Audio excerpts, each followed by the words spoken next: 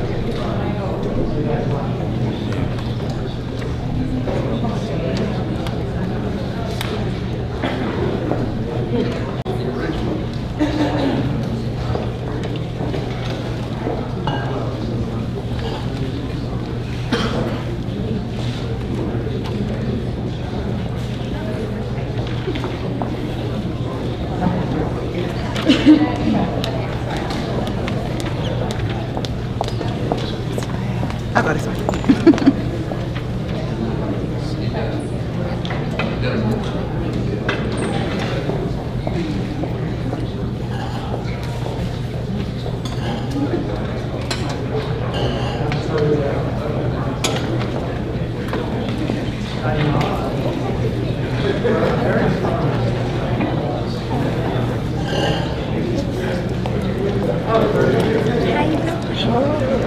Doing all right?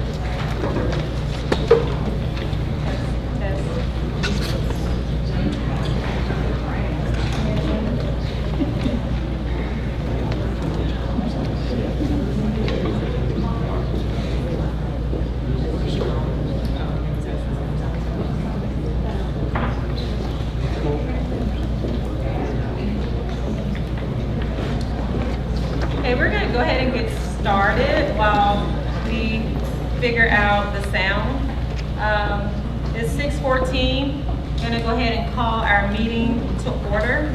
Dr. Thomas, if you would conduct our roll call for us. Mr. Davis. Here. Mr. Stevens. Here. Ms. Davis. Here. Mr. Worthing. Here. Dr. Maddox. Here. Dr. Gann. Here. Dr. Gager. Here. Dr. Dyke. Here. Dr. Knox. Here. Thank you. Okay. If you all would stand, we're going to have our solemn meditation and pledge of allegiance.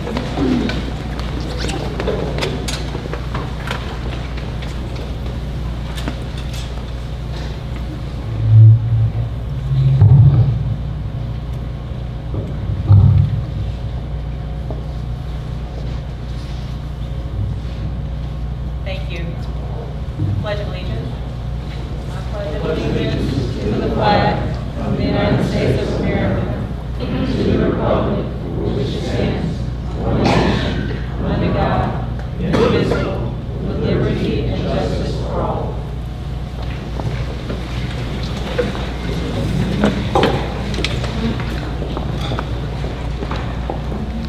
Thank you. Okay, now we will have our recognition of awards and achievements.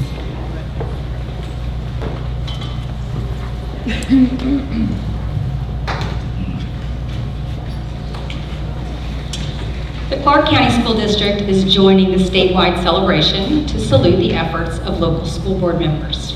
The week of March 16th to 20th has been proclaimed School Board Appreciation Week in Georgia. As constitutional officers, the school board members are responsible for setting educational policies, employing the superintendent to provide buildings and equipment, operate a transportation system, and disperse school funds. As community leaders, school board members serve as advocates for students and must study, evaluate, and decide what actions are in the best. The community's voice on education matters. The Board of Education sets the vision for the school district. On behalf of our students, staff, families, we thank our board members for the countless hours you work to advance not only the Clarke County School District, but support the Athens-Clarke County community. Dr. Thomas will present you all with a certificate of appreciation. She will not be shaking hands tonight, but please accept our appreciation. Oh, I'm sorry. We're going to do this by district number. So for district number 1, it's Mr. Greg Davis.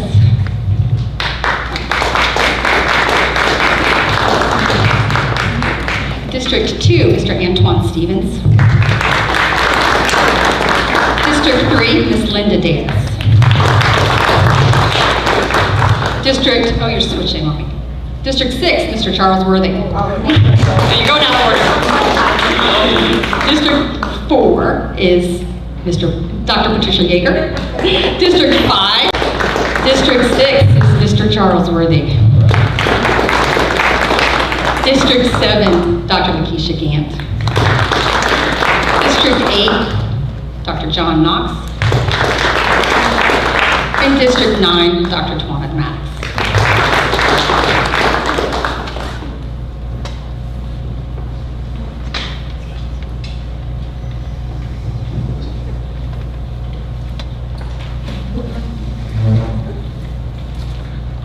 Thank you. Okay, we're going to move on to item number 3. We're going to open the floor for motions to amend and/or adopt the agenda.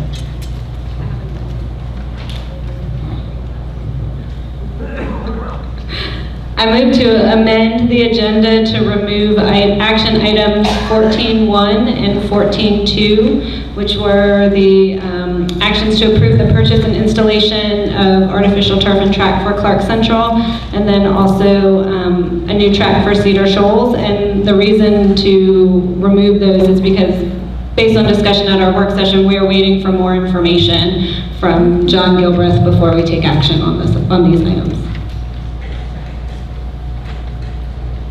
Any comments or questions, discussion? Yes, you said remove and vote. Remove the vote from today's meeting. Okay, so we'll vote later. Yes. Once you get to the- Yes. Okay. Yeah. I'm good with that. Okay. All in favor of removing items 14.1 and 14.2, you would show by raising of your hand. Okay. The motion carries.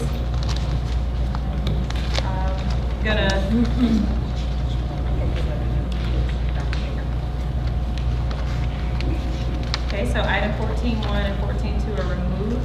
Gonna open the floor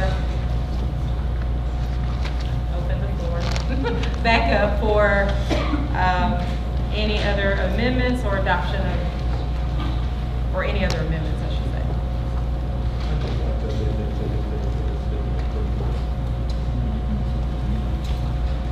Okay, so we have a second. Okay, so Mr. Stevens would like to amend the agenda for a statement. We have a second by Dr. Yeager. Any questions or discussion? Yes, what is the statement? What was that now? Just regarding personal issues. Okay, all right. Where would that go?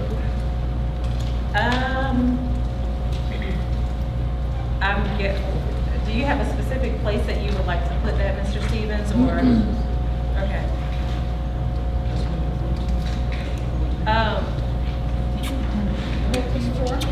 14.4? Well, really? Yeah, that's right. Okay, so we'll actually put it after the action to approve Clarke Central High School's baseball field trip, okay? Well, actually, let's vote on it. Is there any other questions or discussion? Okay, all in favor of adding Mr. Stevens' statement to our agenda, if you would show by raising your hand.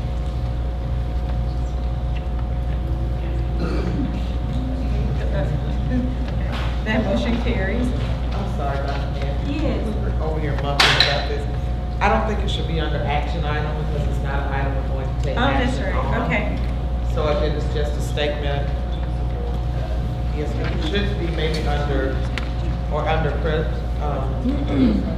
board president's report or somewhere that doesn't require action. Okay. Unless there's some action you want to take.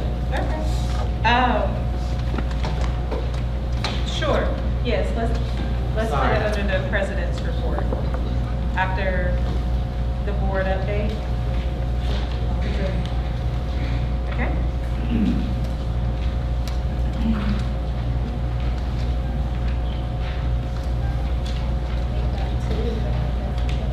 Yes. Okay, any other, the floor is still open for any other amendments?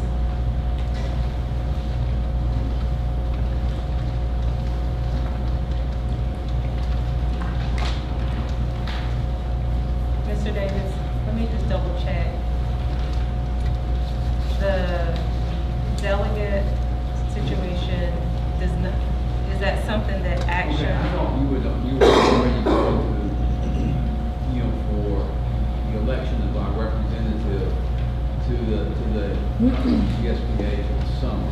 That, Yes. I would go ahead and do that, but that's the only, Right, okay. So, but we would need to take action on it. We would need to, that, it sounded like, based on the email, that it's something we would have to take action on. yeah, I think we have, Charles, you may correct me on this, but it seemed like every year we would, when Oviedo was going to the conference in the summer, representative, that we would vote. Yeah, as a delegate. Okay. Right. All right, so I'm gonna open the floor up. I guess we would need to add it to our. Okay, then I sort of move that we add to the agenda the appointment of a delegate for the summer GSBA conference.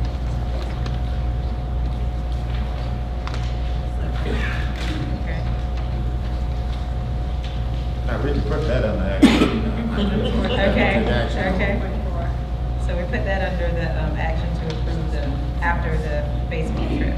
Okay, any questions or discussion around that action item? Okay, all in favor? You would show by raising your hands. Okay, so that motion carries. Any other amendments? Okay. Was there actually, Greg? Was there an action around I can do that in the course of my report. It was clarified by the attorney, Okay. so no change in the agenda necessary. Okay. So I'm going to open the floor to, if there are no more amendments, to adopt the agenda as amended. Dr. Dykeman? To adopt the agenda as amended. Okay.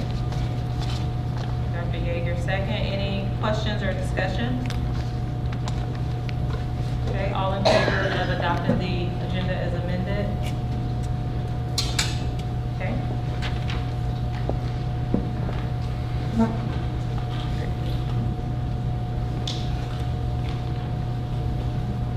All right, we're going to move forward with our from speakers. And I want to remind our speakers that public attacks will not be tolerated. And want to remind you to stay within the amount of minutes that have been allotted for your public comments. If you do not, then if you go over your 3 minutes, I will be asking that you discontinue your speech. So I just want to be sure that we're all on the same page. All right, our first speaker for tonight is Mr. Alvin Sheets. And if Marcy White would be prepared. Here's Marcy.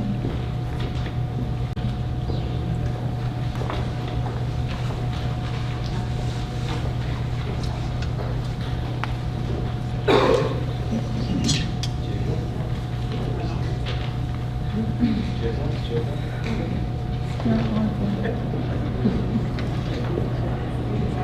use my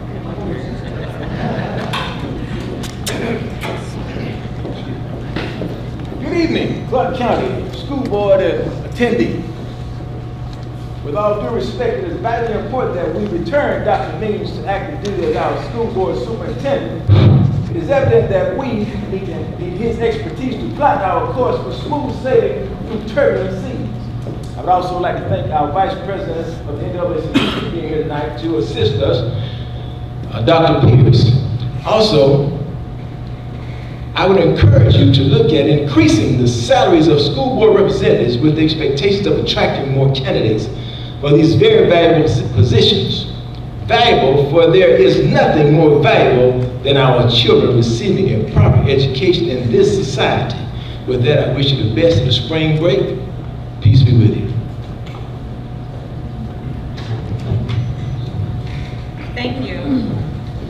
Marcy White, and if Tommy Farmer would be prepared. Hello, can everybody hear me? My name is Marcy White, and I'm a former teacher and CCSD parent, and I'm here tonight to advocate for a living wage for all CCSD employees and to present to you a petition that has been circulating throughout the community calling for CCSD to adopt a minimum wage of $15 per hour. The petition has 777 signatures, 70 supportive comments, 125 times online so far. We hear a lot of talk about this serious, pervasive problem of poverty in Clarke County and how that affects our citizens and our students' ability to succeed in school. We hear about the need to work for equity for all and close the achievement gap. One thing we don't hear as much about is about how many employees working for CCSD are making very low wages that keep them stuck in poverty. The truth is, if they were being paid at least $15 per hour, no full-time staff person at CCSD would be making less than $22,000 a year. Yet we have full-time staff, pre-K parapros making $16,000 a year. That means $10.44 an hour. And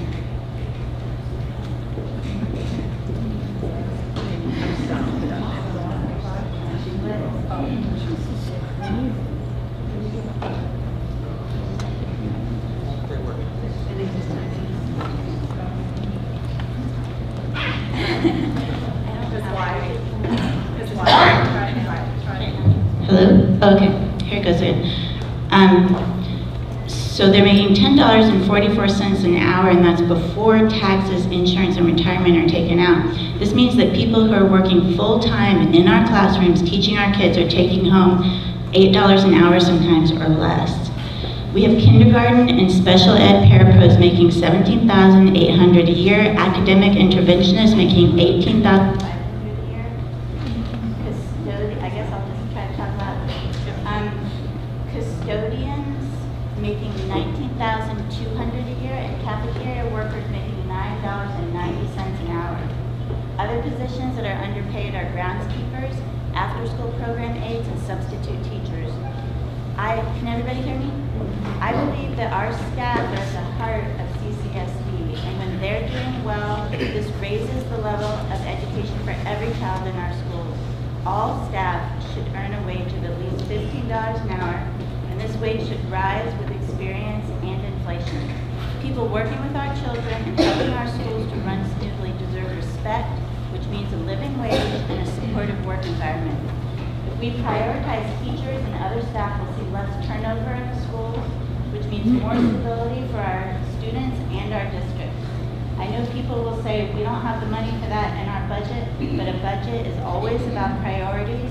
I'd rather see less money spent on new trainings, new curriculum, outside consultants, new technical devices, or new buildings, and more spent on our staff.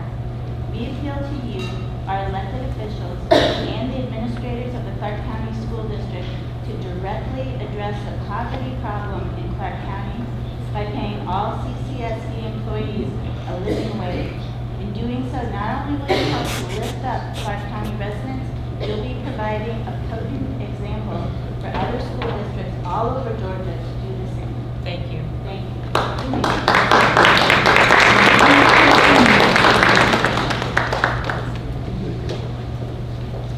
Ms. Tommy Farmer, if Rachel Hopkins would be prepared.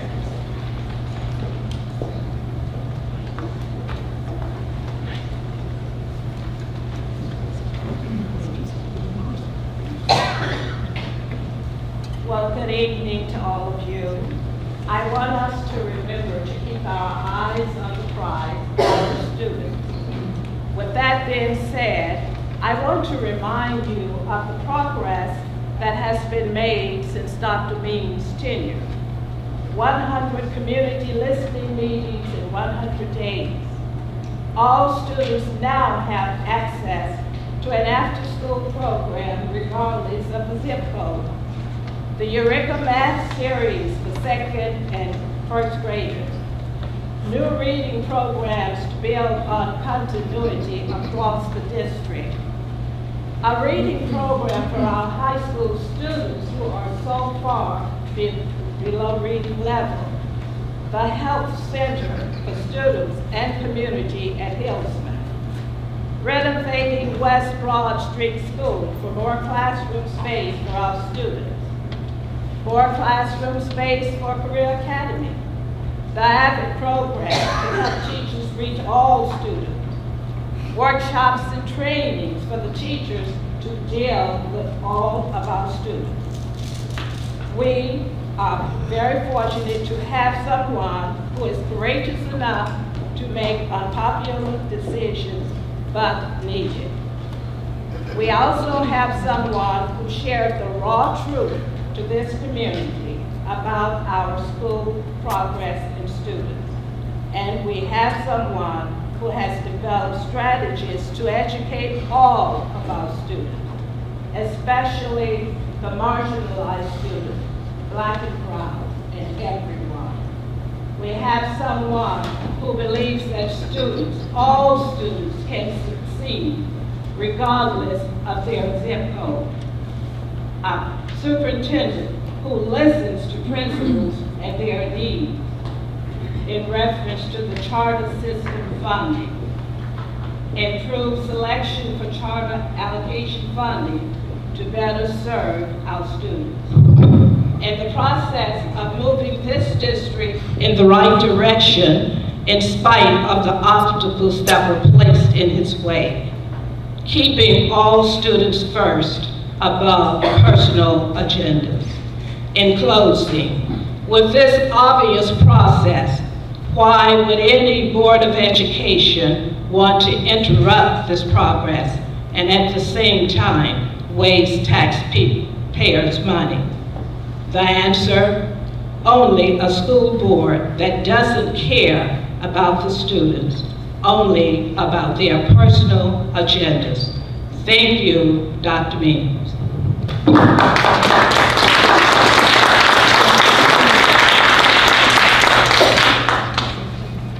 Thank you. Rachel Hopkins, if William Breeding would be prepared.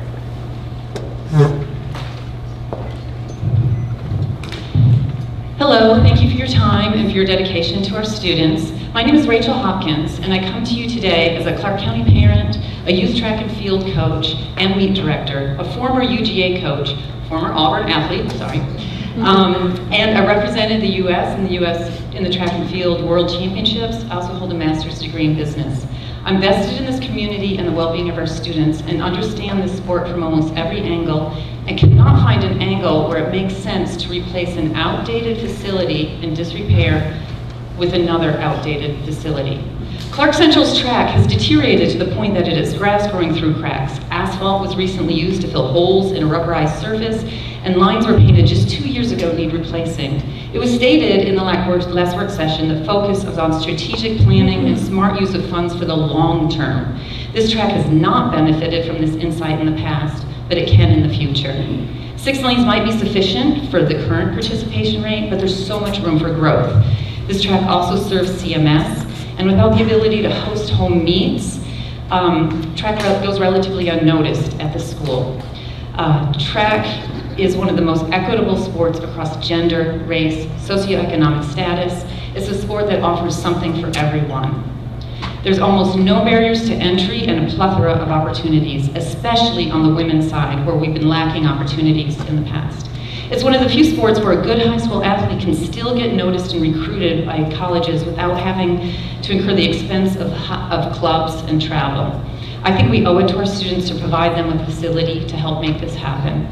The facility presentation last week only focused on the cost of expanding to 8 lanes without touching on benefits. Many of the areas that would need to be modified to accommodate 8 lanes need to be replaced in any strategic plan. The visitor stands are an eyesore that make no use of the vast space underneath in a landlocked school. The current retaining walls are made of crumbling railroad ties. The plan indicates 2 starting chutes where only 1 is necessary. With the amount of work and infrastructure that will go into the fields and track, it only makes sense to do it right once. At 6 lanes, even small home meets are inefficient and there's no chance on return on investment. Championship events require 8 lanes, and currently our neighboring communities that do not offer nearly the allure of Athens are benefiting from both the economic impact of an 8-lane track and the positive impact on their students, school, and athletic participation rates. It's such an amazing area and it could be awesome. I just hope you'll vote to make the most of it and give our students the facilities they deserve. Thank you for your time.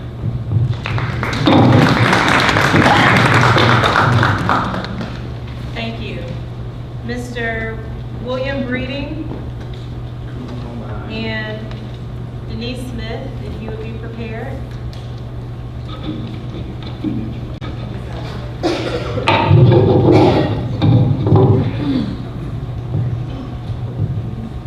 Okay, I'm going to attempt to do 3 things at one time, and my time has started. Ms. Bagley, would you stand up, please?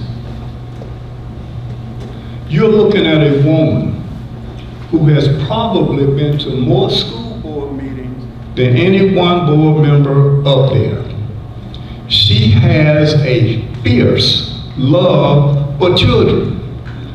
I've watched social media criticize her and make statements.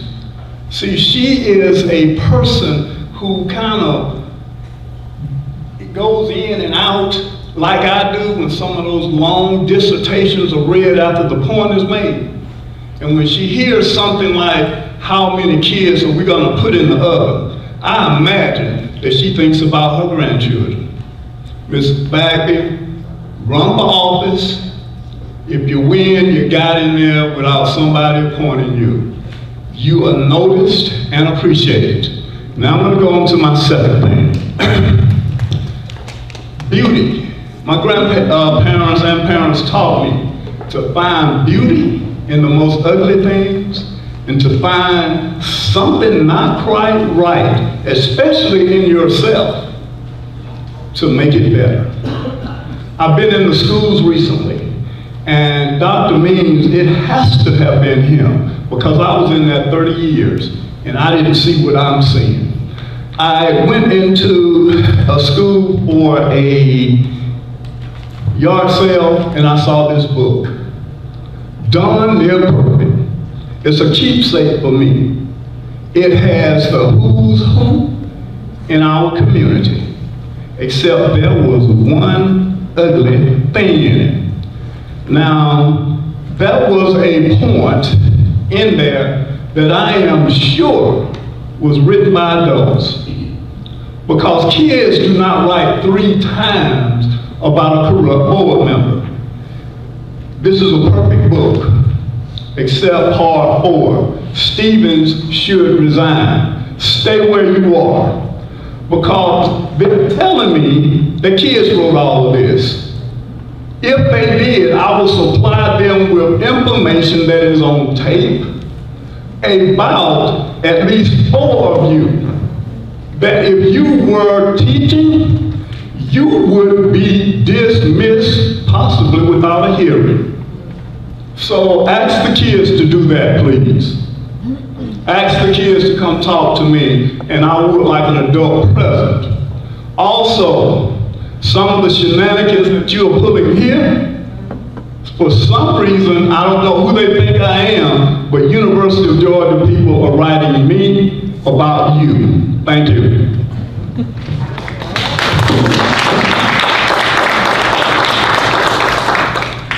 Thank you. Ms. Denise Smith, if Chalice Montgomery would be prepared. Dr. Thomas, Dr. Gant, distinguished board members, thank you for your time tonight. My name is Denise Smith. I'm a retirement specialist with Value Teachers, working solely with National Life Group's family of retirement plans. I've personally worked almost 18 years with employees of Clarke County School District, and as the #1 provider of 403B and 457 accounts in the district, I want to express appreciation from Value Teachers, National Life Group, and myself for the support and confidence you have shown for our company in the past.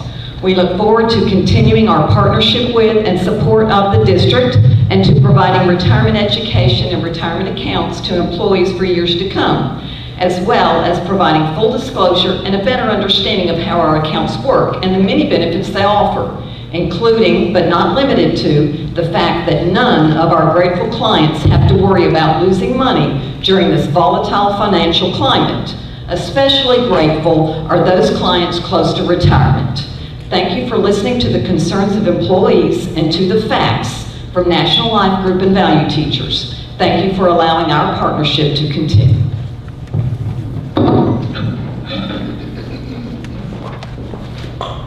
Thank you. Chalice Montgomery, if Mr. Sam Raffle would be prepared. All right, my name is Chalice Montgomery, and I come tonight not as a citizen of Clarke County, but as a friend to many in attendance. While it would be incredibly presumptive for me to take a position as to next steps regarding the way certain public officials have spoken in the community, I feel I have the need to talk about how a public official is responsible for their language, especially with regarding the use of certain racial epithets and a certain word that begins with N. So about that word, it is tangible. It has weight. It is a brick through a window, and the listener strains under its heaviness. That word bears down like a knee against a chest.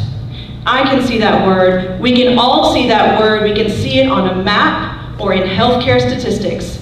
It is revealed in the default whiteness of most media. It is written into our policies. That word smells like the flop sweat of generations of insecure white men and the perfume of the women who politely laugh at their jokes. That word tastes like the tears of worried mothers. It also has the metallic saltiness of the blood of generations. That word is loud, like police sirens and slamming doors. It is also the insidious creaking quiet of a rope swinging from a tree branch. It is the silence of people who would call themselves good. You can touch that word too. Some people say it feels like warm spit on your face or being kicked in the stomach. You can feel it in the blades of cool grass over unmarked graves. That word is indeed a tangible thing, and it is frequently stolen from the pens and lips of those who use it to clarify history, who use it not to permit its wholesale distribution, but to rightfully reclaim its power for their own purposes. It is not our word. You might say it was in historical context, and yet despite historical context, we still haven't learned the lessons of the past, particularly those of privileged indifference. Maybe a black man said it, maybe you heard it in a song, but for so long, that word has been wielded as a weapon. There is no need in brandishing that word, that stolen artifact. I thank the board for your time.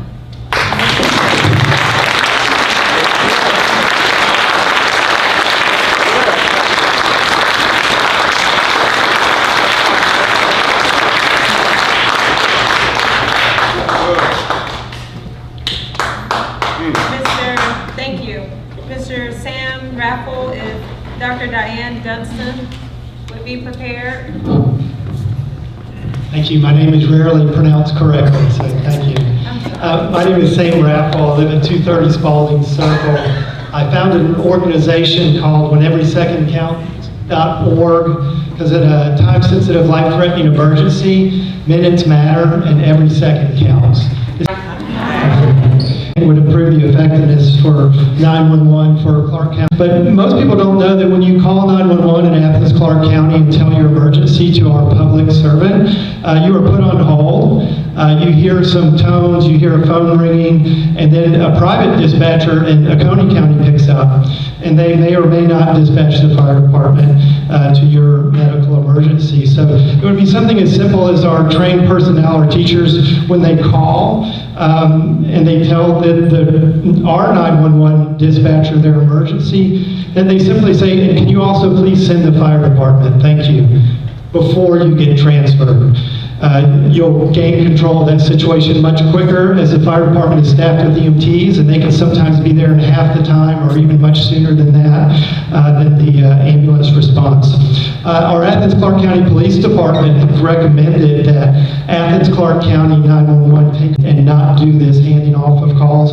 We strongly support that. Also, we want taxpayer subsidized 911 ambulances to stay in their coverage zones and not be brought in to run non-emergency transports that don't have anything to do with 911. We think that might have something to do with them not being able to get units to the scene in a timely fashion. And lastly, if we could upgrade our fire department response from EMT to paramedic, we would be getting life-saving medicines and procedures to people much quicker. Imagine the student at Barrow having a paramedic response and having IVs and cardiac monitoring and advanced medicines to his call.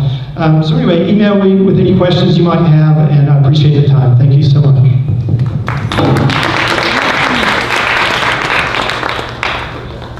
Thank you. Dr. Diane Dunstan, if Mr. Ed Hill would be prepared. Good evening, school board, and thank you so much for this opportunity. When I was a 5th grade student, my teacher gave me a book of poetry to read. I was to choose one poem and make a poster board representing my dreams for the future. I chose a poem by the great artist and activist, Langston Hughes. The poem entitled, I Too, helped to shape me and many of my life goals.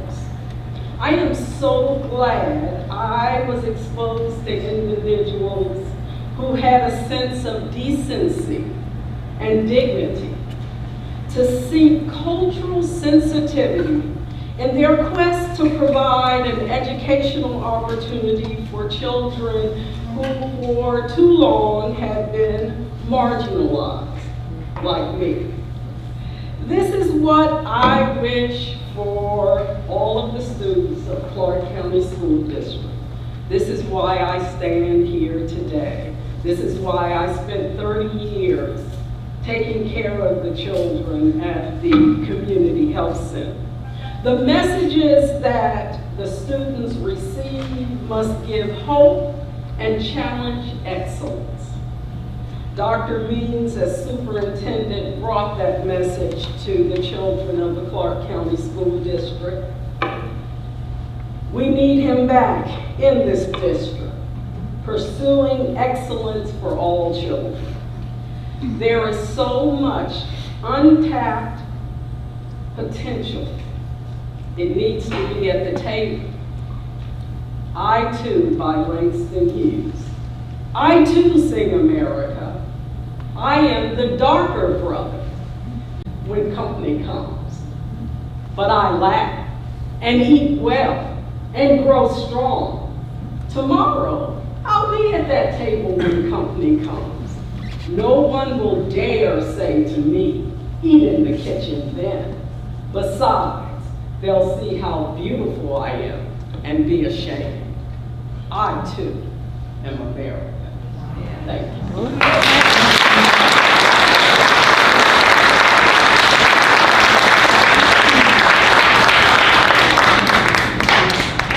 Mr. Ed Hill is Adrian Hill. Ms. Adrian Hill, would you prepare?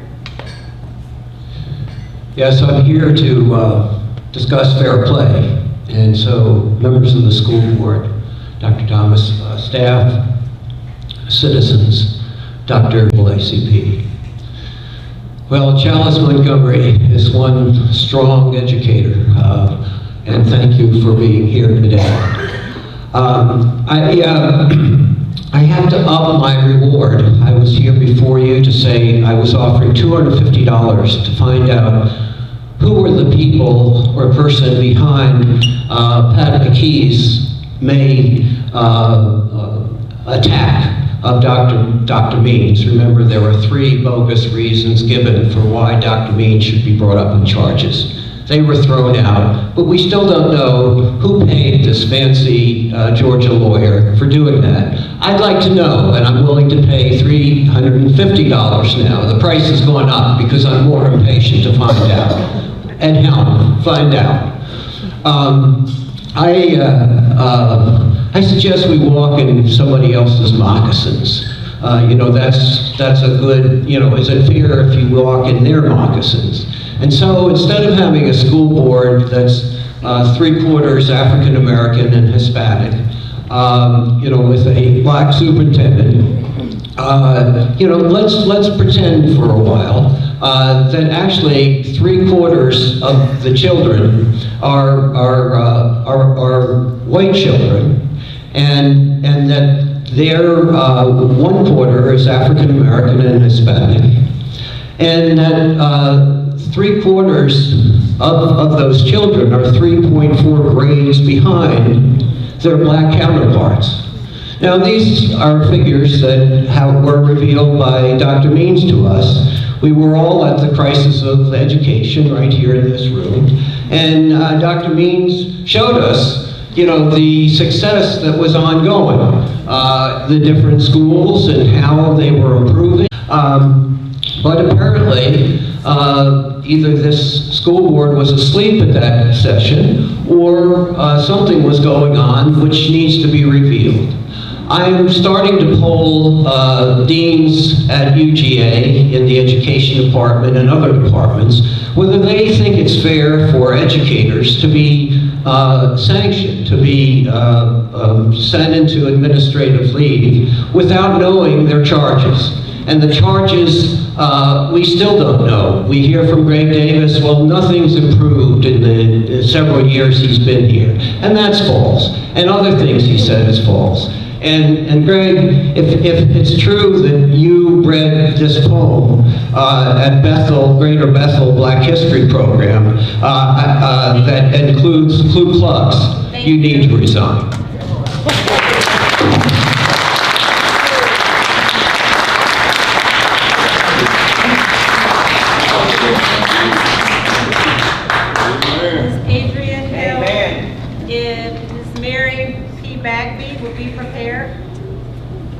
So my name is Adrienne Helm, and when I last spoke to you about maybe 2 months ago, I suggested that part of a school board's role is to occasionally make controversial policy and take the heat.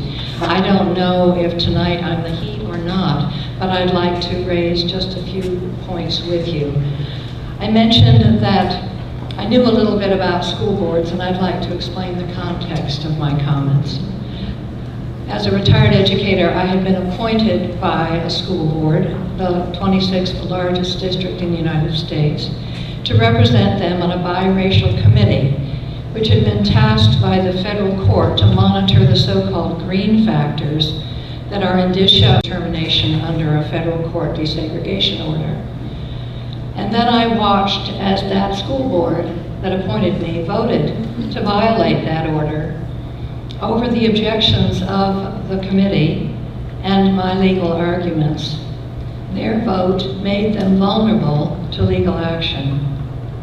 So my 3 brief points are these. I believe this board has similarly made itself and the citizens of Clarke County vulnerable to legal action by its vote to place Dr. Means on administrative leave without either completing his annual evaluation or making him subject to a plan for improvement or otherwise negotiating a solution to the impasse created by dueling ethics complaints. Number 2, This board has further inflamed opinion about its decision by refusing to make public the grounds for that decision. Very controversial decisions, you owe it to your constituents to explain yourselves. And if my comments are not making sense to you, it's because I and this room have not been informed by you about the reasons for your decision. Number 3, I implore a member of this board who voted to put Dr. Means on administrative leave to ask that that motion be reconsidered and then vote to defeat that motion. Please put Dr. Means back to work. Save significant financial resources needed by the children of Clarke County schools. Let him do his job. Thank you.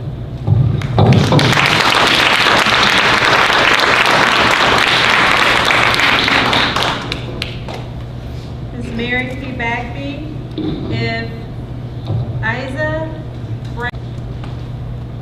My name is Mary P. Bagby.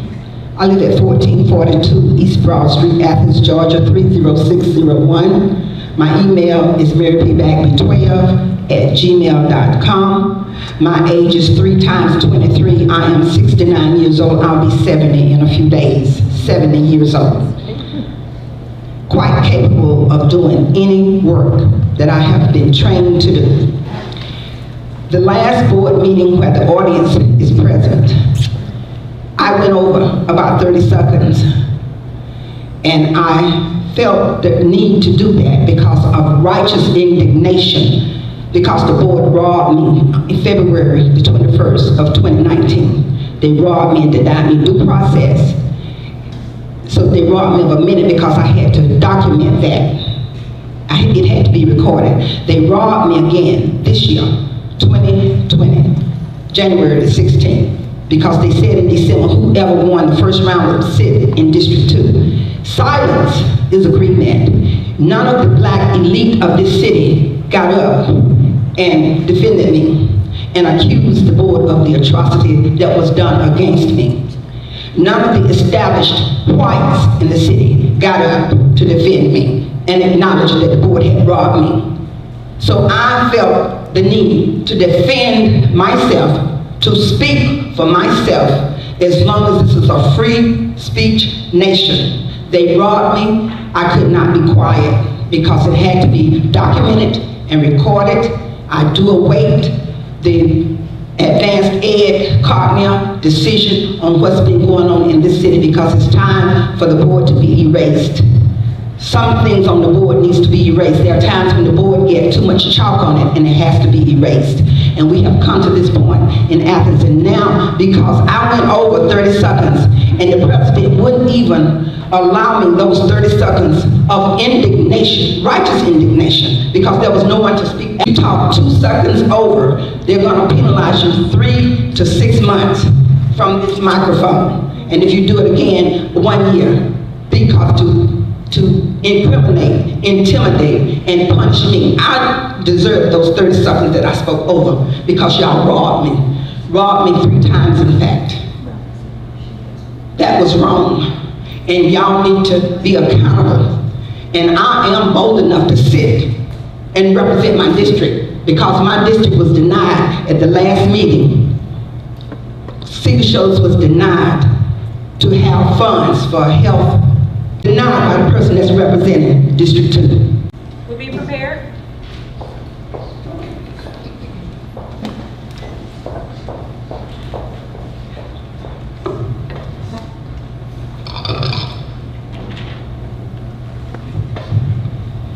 Good evening, everyone. I'm here this evening to express my concerns for the marginalized children who are suffering academically in this school system. I feel a sense of obligation to speak out, partly because I stand on the shoulders of those who spoke out for me when my voice was not strong enough to challenge a school system that did not want to educate me and others who looked like me. Early in life, I made a conscious decision to do as much as I could to promote the well-being of youth. In December 2019, Dr. Means was placed on administrative leave. At that time, a statement was made, and I paraphrase, "There is gratitude to Dr. Means for starting this district on the right path, and the board would like to continue in that direction." But the resounding question is, why was he placed on administrative leave? What act did he commit that outweighed the benefit of children that are moving forward academically due to his new direction? His vision and steps toward resolving the inequities in the education system have been put on hold. Why? I have not heard much mention of equity in education in the past 3 months. Will the vision for the district die over time? As a retired state merit program manager of many years, it has been my experience that when an employee is placed on immediate leave, it's following a serious accusation of an employee, which is normally followed by an investigation, or to secure sensitive information has exhibited disruptive, unpredictable behavior, and then an assessment of the behavior. What happens to a dream deferred? What happens to a dream deferred? The poem poses questions about the aspirations of a people, in this case children, and consequences that might arise if dreams, hopes, and potential are ignored. Thank you.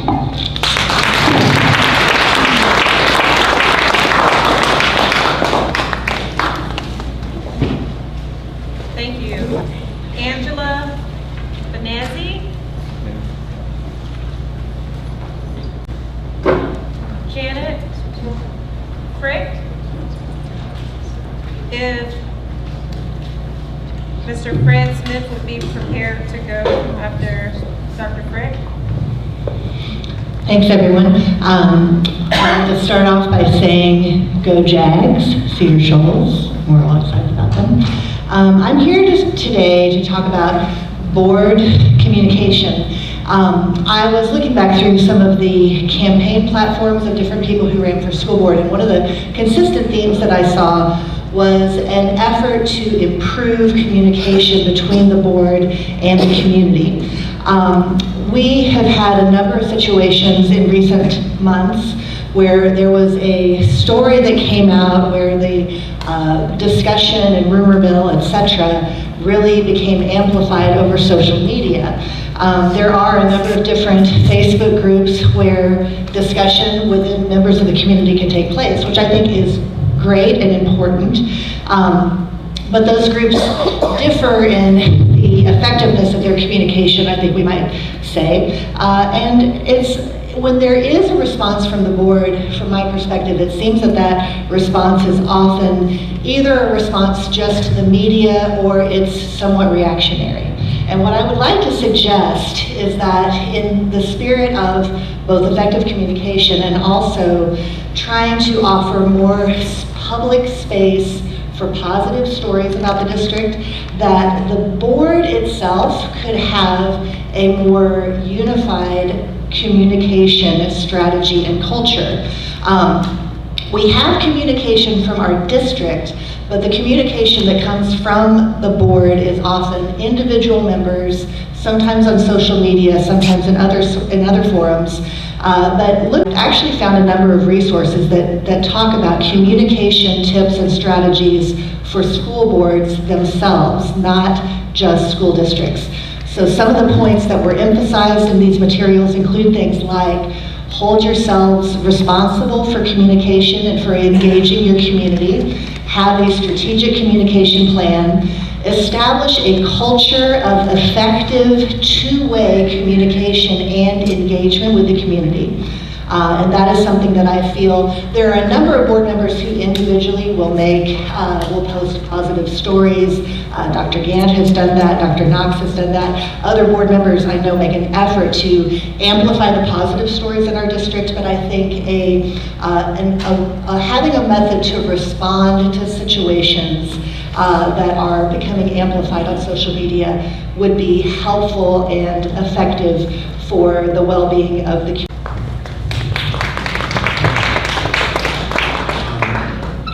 Thank you. Mr. Fred Smith and Ms. Barbara Pierce, be prepared. What we have here is not a failure to communicate. That's not the biggest problem we have here. Ladies and gentlemen, we have a race problem. Racism. Right? Racism. Never in my wildest imagination would have thought that in 2020, a white school board member would march into a black church and read a passage with the N-word in a black church. Never in my wildest that would have happened. And that's a racism problem. And it's on the board.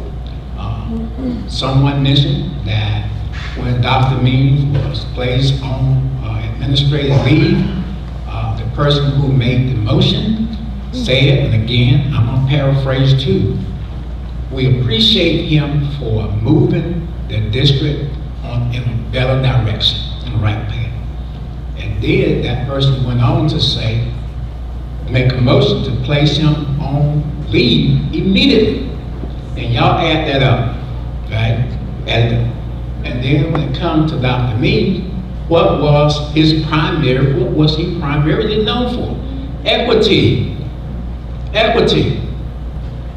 And they pulled the plug on equity. And not going to look favorably on this board and on some of you. Some of you call yourselves progressives, and you talk about how bad slavery was 200 years ago.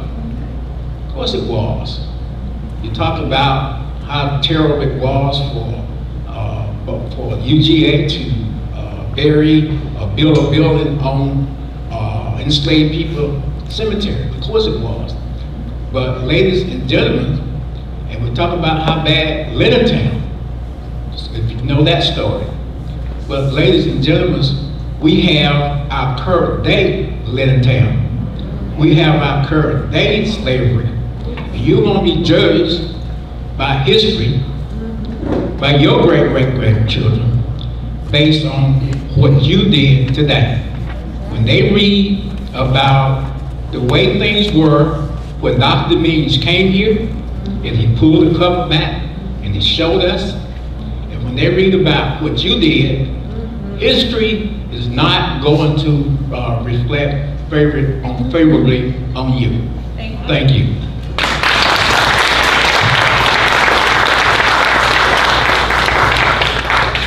Thank you.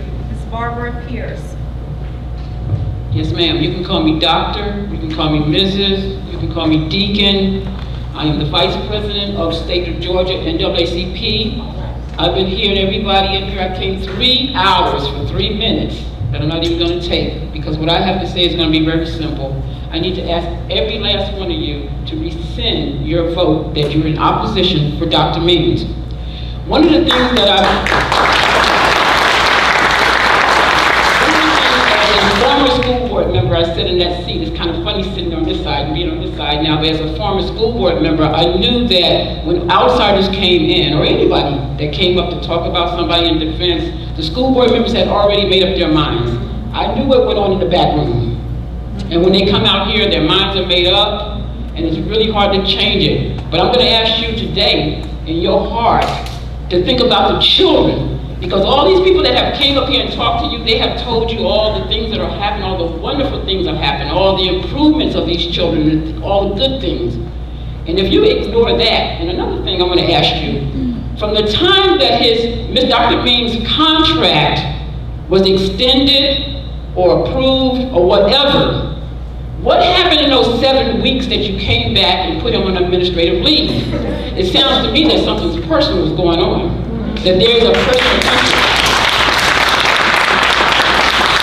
When I first heard this, I thought about when I was a school board member and all the principals and all the superintendents and all the black men, especially the black men that have been shafted, railroaded. We're tired of that.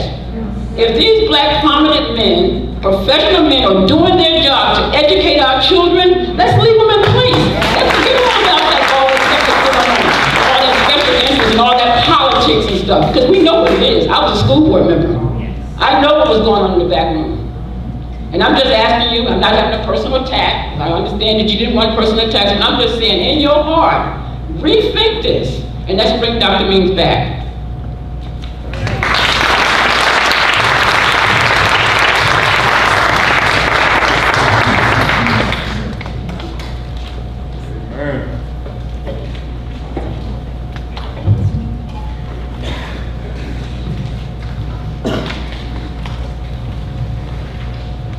Thank you to all of our speakers. We'll move forward with our Board of Education committee reports. We'll start with Finance Committee. I really don't have a report, but I know Mr. Brown will be giving you another report on our finance further down on the agenda. Okay, thank you. Okay, we'll move forward with our Government Relations Committee report. Okay, thank you. First off, I want to say that we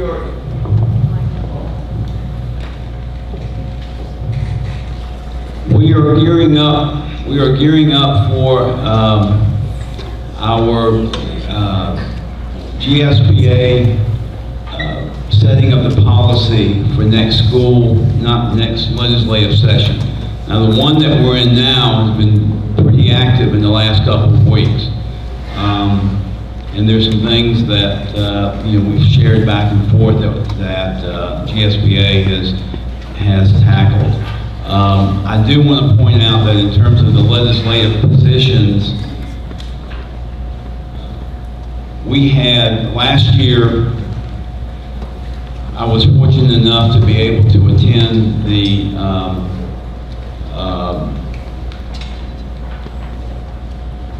what's called the Government Operations Committee, which took place, this year is taking place in April. And that's where the boards of education from throughout the state present various changes, additions, subtractions of the Georgia School Board legislative position for next year. And last year we went through that process of selecting 6 policies that we thought would be in addition to our GSBA and how they lobby at the state legislature. 2 of them got accepted. 4 of them, particularly dealing with the undocumented, were not. And so one thing that I'm asking this board to do in April is to, I've sent copies out of what we passed last year. And so let's see if there's interest in the board to pursue those policies again this coming year at this Governmental Operations Committee. So also I invite other board members to look at the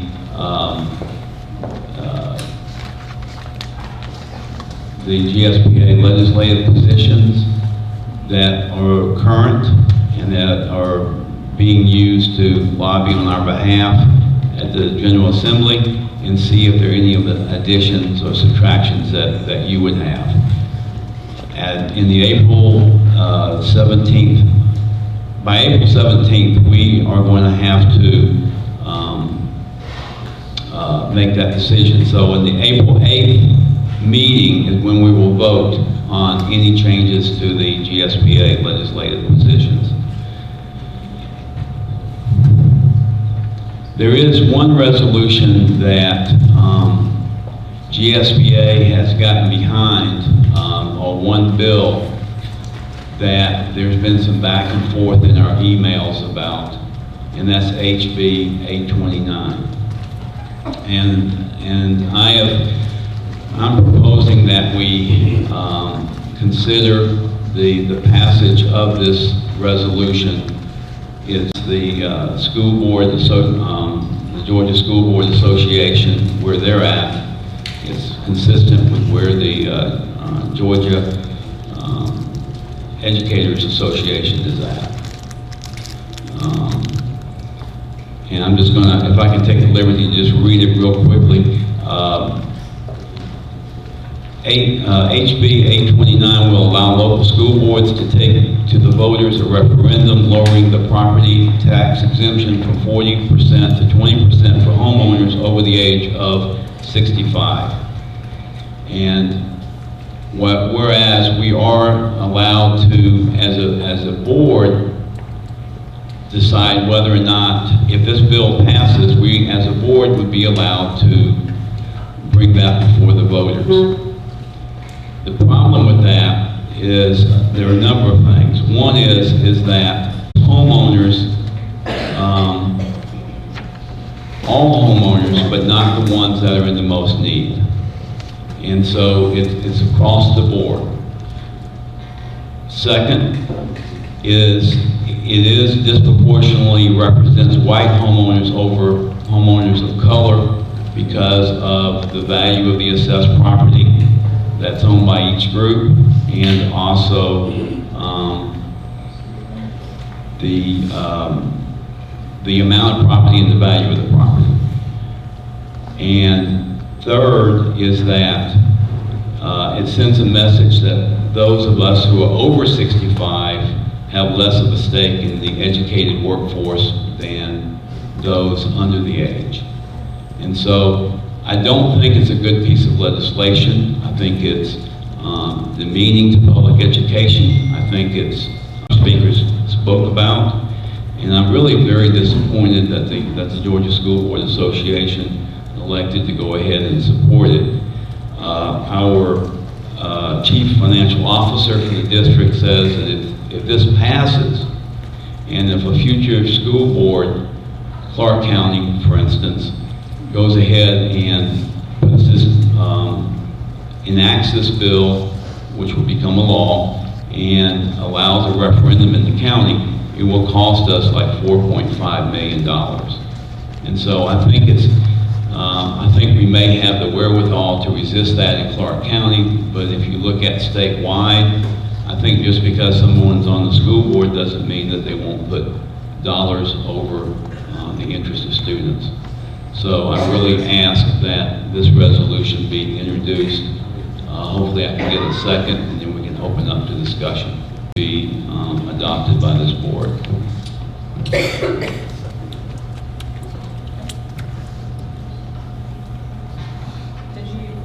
That was a motion, Mr. Davis and Yes, Mr. Stevens? that was a motion.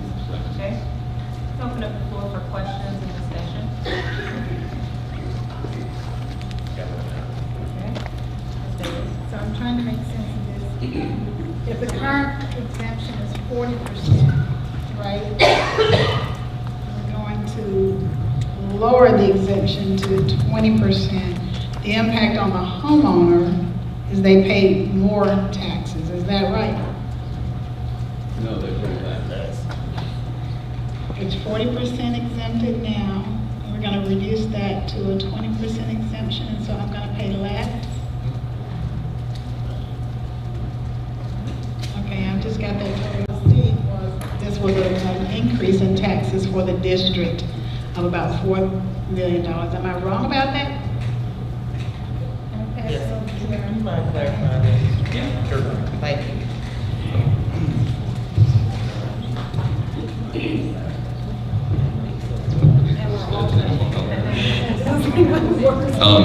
Ms. Davis, it's actually not an exemption. It's of the property value. So right now, your house is assessed at 40%. It would reduce that assessment down to 20%.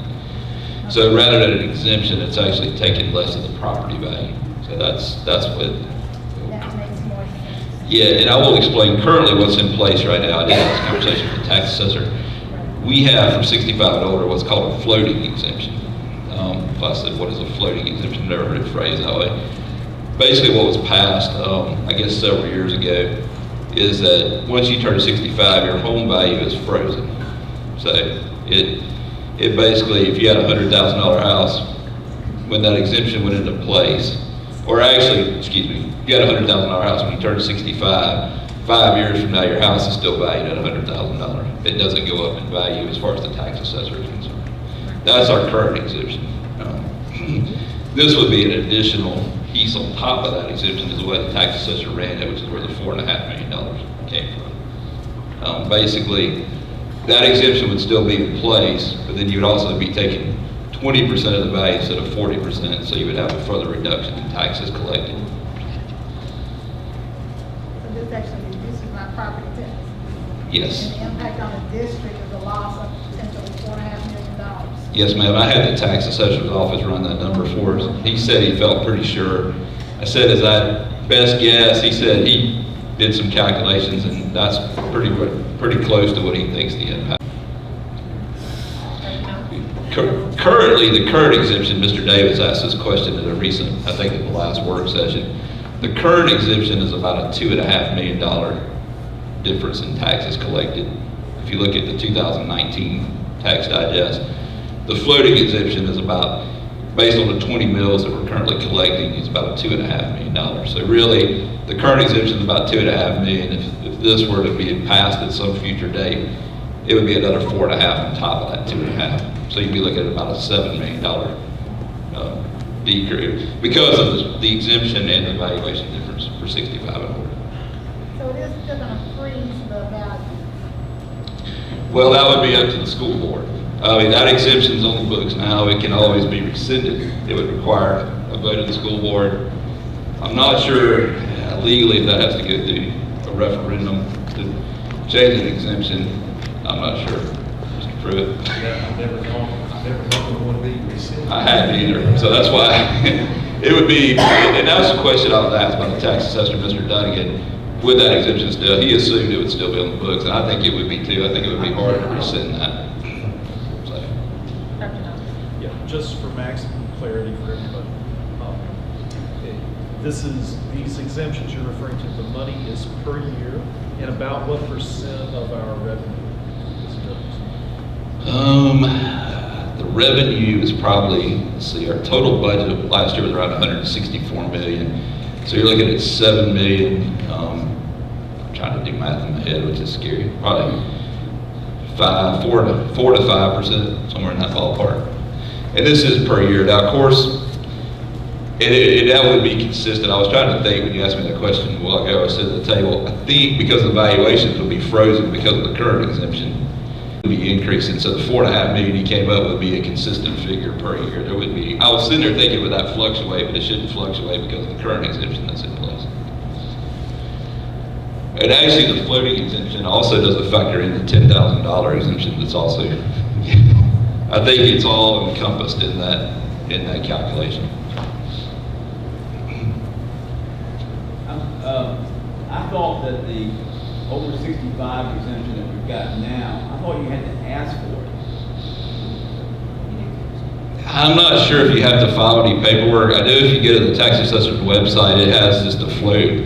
That's why I asked the question, because it says it has it laid out state, county, school system, and it has floating exemption out there. So you may have to actually apply for that. You do. You do? Okay. I answered that. We have to, we have to apply at the county level.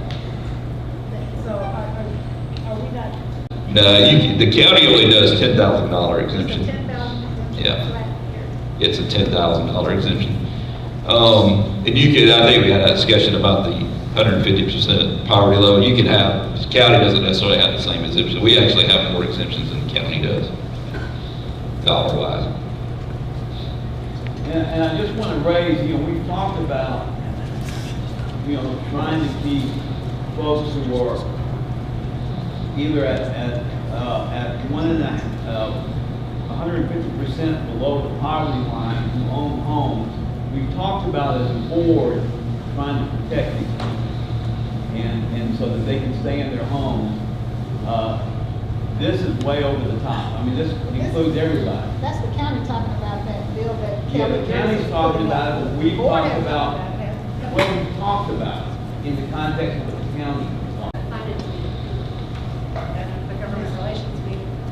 Yeah, that was the, where the county's proposing, values get frozen for anybody who would submit their income levels below the 150% poverty level. That's currently at the state level, and if it passes there, then the county would put that on a referendum in November for the voters. That's totally, and I think in the last work session, it was decided to kind of wait on that because we don't know the impact of it and see, maybe we'll look at that next year and not join that. We can do it, the county can do it without us. We would have to do a separate resolution, or y'all would as a board. So we have to have it. No, we just. All right, life is good. I thought I missed it. This is something totally different. It's currently the House has passed it and is sitting in the Senate for a vote at some point. Wait, what is GSBA's rationale for supporting this? Yeah. What their rationale is, they have a couple of them. One is that they were able to moderate the bill. Originally, it was going to be applied statewide with us having no choice. So they were able to negotiate under their, and when I actually talked to them and when Angela wrote us from the GSBA, they feel like this is what local control is all about.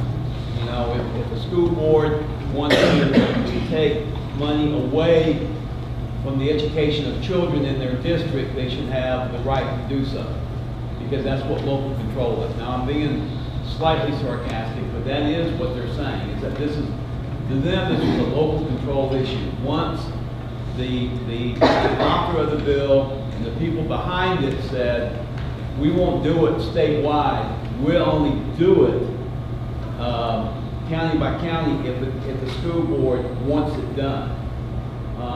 But what it does again is all based on the fact that a school board will function for what's in the best interest of children, as opposed to the financial well-being of supposedly of the taxpayer. And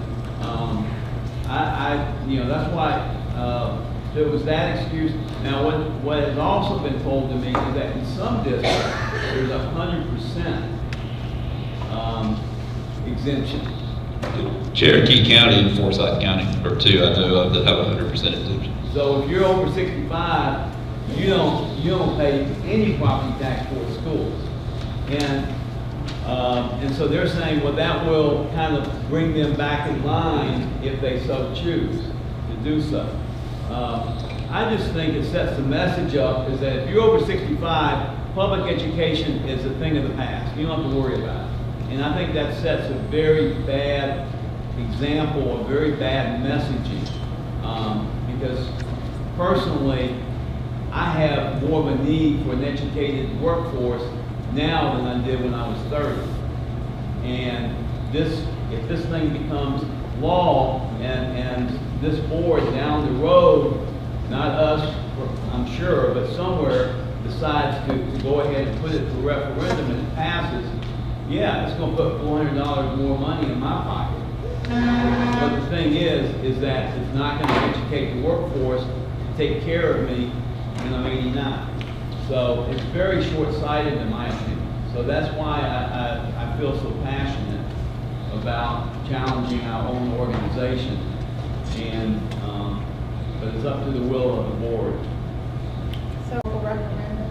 That's correct. In order to apply this to the tax base in Clarke. That's correct. But that same referendum would take place in Oglethorpe County, Madison County, all over, and they may not be such a progressive community as we are. So again, I'm just saying that there's a whole picture out there. So this is already out of what is it? It's past the House. It's in the It's Senate. already out of the House, it's gone to the Senate. Is this the one that we got, they said that they were passing it? They had a meeting this morning at 8 o'clock?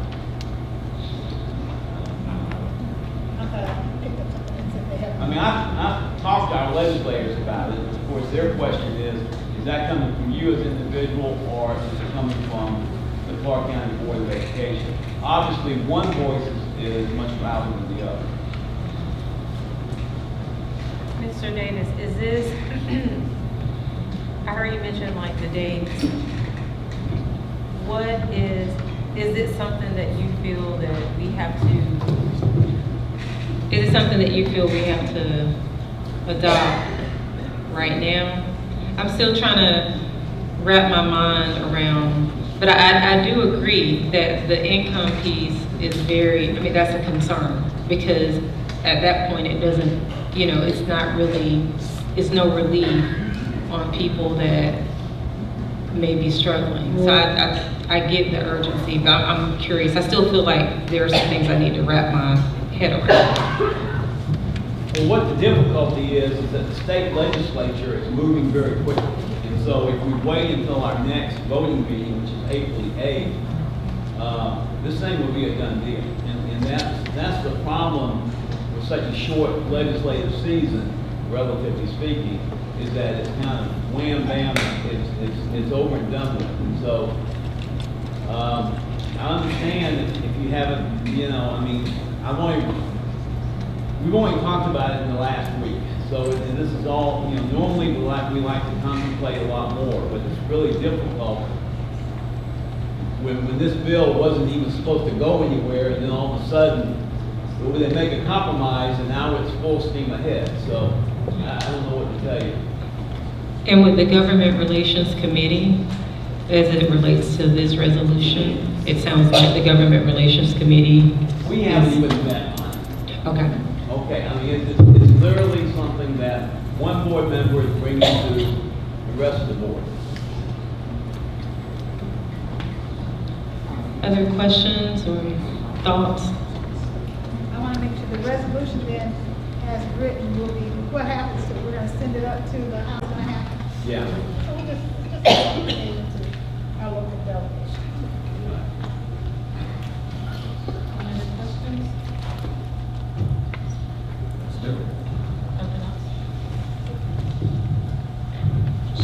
Editorial here.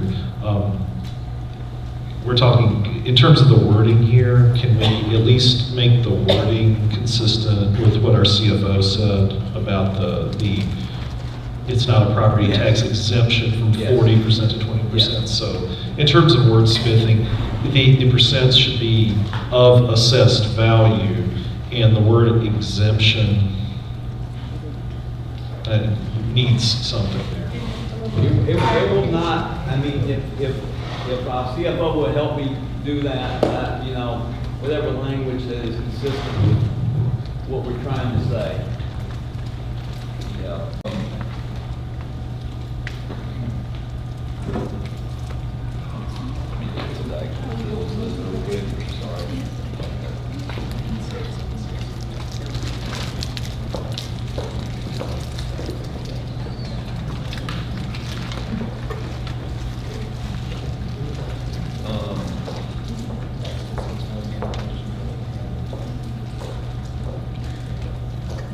I think all it needs is change is just lowering the assessed value from 40% to 20% for homeowners. I think that's all it needs to change. Other than saying property tax, just lower the assessed value. Assessed value, what you have assessed value.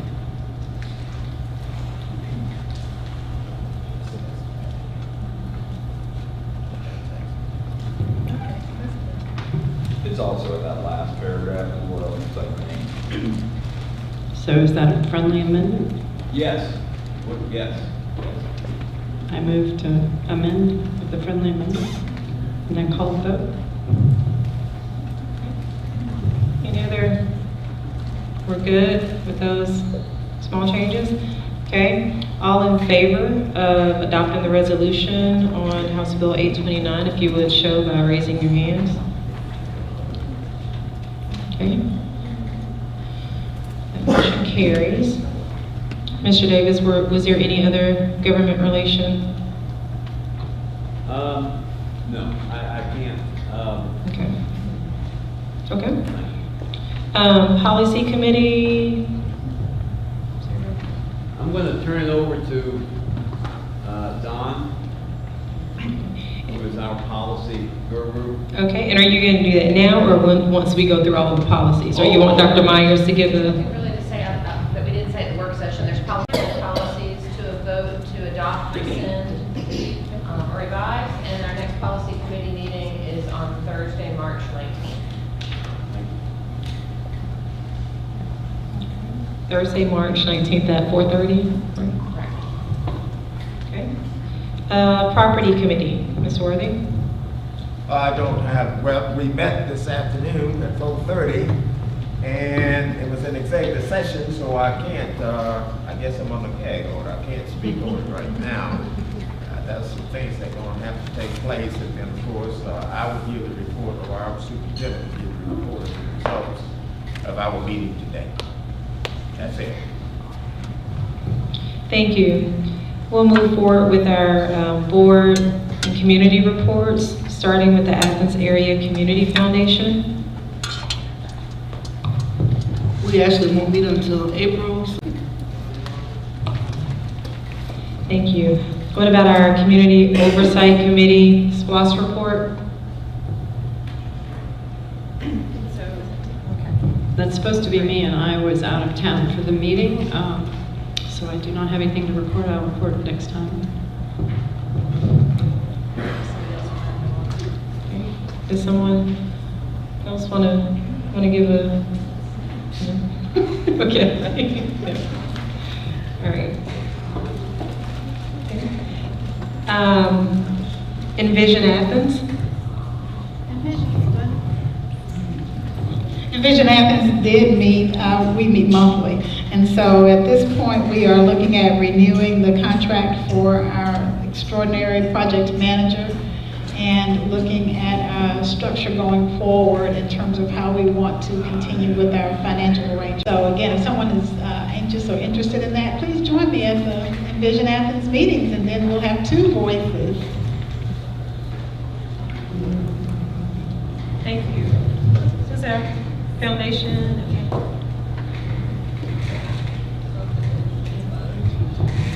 I attended my first Foundation for Excellence in Public Education meeting the last Tuesday in February, and there was much talk of the barbecue that they did as a fundraiser using our culinary expert in the district, and that was very successful.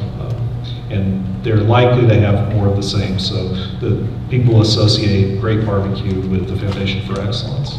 And so their funds go, as I think most people hopefully know, to scholarships and awards basically for not just faculty but also staff in CCSD. So it's an important, the great performers of our district.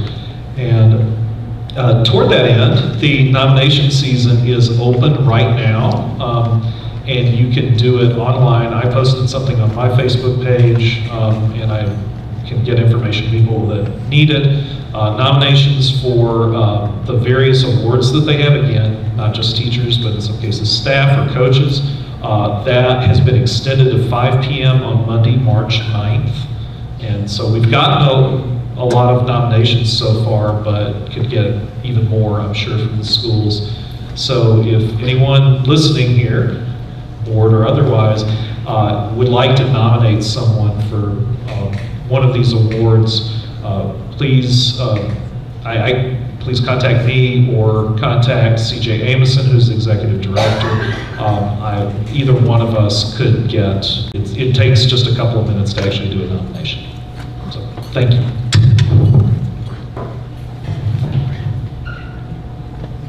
Thank you. Georgia School Boards Association, right now I don't have any report other than the June meeting. And I'll be getting all of my schooling from Mr. Davis, get all of my instructions so that when I go, I can accurately represent the district. Do we have any kind of do we have a relationship with the Foundation for Excellence? Is that something that we have an MOU with, or are they just an organization that supports us? Do we know if that's been committed to writing at any point? I don't know personally. I would be interested in us having that and taking a look at that. Okay. So interested in MOU. I don't know that we have an MOU with any of these, right? You mentioned Athens, because we're actually A partner. with them. Right. So we do have a signed agreement Okay. with them. Isn't that correct, Ms. Mays? Yeah, we finance. Right, we do. We fund a position on Envision Athens, and that's why I'm curious about. But I'm not sure. I know that the Georgia School Boards Association is our, they handle our funds, right? So we have a relationship there. I want to understand that relationship for the other agents. For the Foundation of Excellence? Yes. Foundation of Excellence actually grew out of this Board of Education. So In there's fact, something in writing that defines it? well, I don't know where it is, but I'm quite sure. But the president at the time of the Board of Education was Dr. C.B. Lloyd, that had that vision to start this in terms of recognizing excellence with our educators in the school district. I'm quite sure that's on record someplace. Okay. David, I just add what I know. It is a separate nonprofit private corporation, I do know that, whether it has any resources, it's not like a subsidiary of the school district. Whether there's any contract in place, that I don't know. I'm curious because of letters that were written by the head of the organization. I just want to understand what our relationship is in that regard.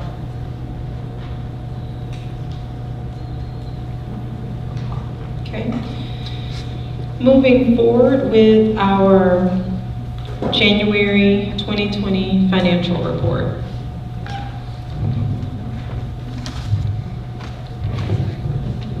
Thank you, Dr. Gant. You have before you the financials as of the end of January. You'll see our total cash balance, 71.6 roughly. You look down at the bottom where we're at right now, you can see our total income year to date, 117.3 million. Total expenditures, 75.8 million. Again, we're in the process of those expenditures catching up with revenues. This is honestly a lot better snapshot of where we're at revenue and expenditure wise. The cash flow statement, which is up to date through the end of January.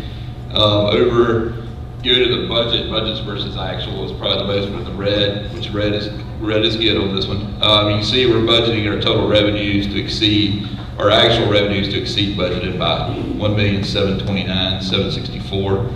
Down at the bottom, on the expenditure side, black is good there, so 1,993,167 is what we're budgeting our expenditures to be. Actual expenditures less than budgeted. So you come up with down again, red is good at the bottom, so 3,722,931 is the difference. We had a budgeted deficit of 705,649 for the year.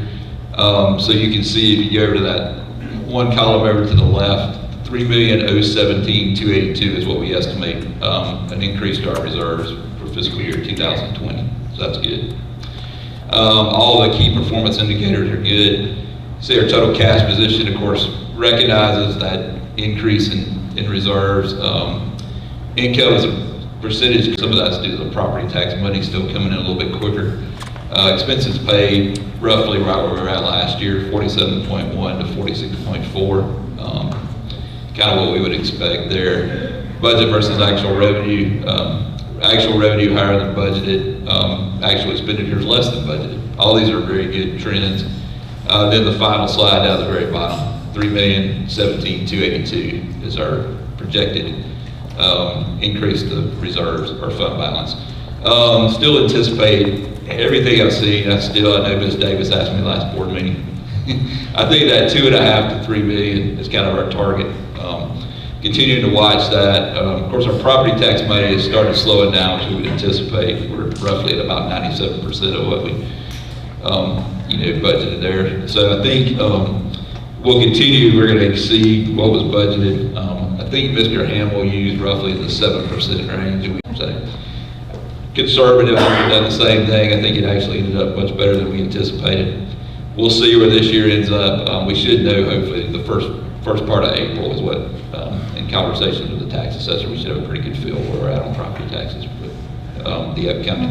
FY21 budget. FY21 budget is a quick update. We've had all the meetings with the various departments, which is what we do every year. We're in the process of going through the salary and benefit projections, which have already been prepared. Our goal is to meet with executive cabinet by the end of March, and then have something to present to y'all toward the end of April, which will be the first look at the budget for FY21. And then we'll move through the process in May and June of finalizing the budget. Yes, ma'am? I still have tags on my brain. Is anybody talking about tags anymore, or is that off the table for this year and next year? Did you say tax? I'm sorry. The tax allocation. Right, yes, ma'am. I have not heard any comments on that since I've been here, so. It wasn't But discussed at the, I don't think it's off the table, but I mean, for this year it is. But I I must have think, been, yeah. Well, I'm concerned because again, we're gonna do that nice little thing with House Bill 829, and then we're gonna, if they come at us to, again, give up part of our revenue, our property tax revenue to the tax, then Yes, we ma'am. really need to look at that big picture, in addition to unpaid bills.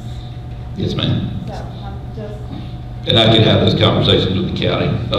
I am familiar from previous districts with tax allocation districts, so I will definitely have those conversations. So we did those in Gainesville as well. we did have, there was a plan to have a meeting to talk about that. So they took it off. So it's totally off the table right this year. Okay. Yeah, but it's not off of their radar or ours. It's just, Well, the Just mayor, they'll be back. yeah.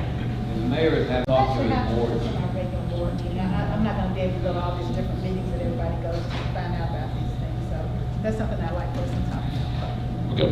Yes, sir, Mr. Davis. If I can kind of back up what Linda just said, talk about exemptions.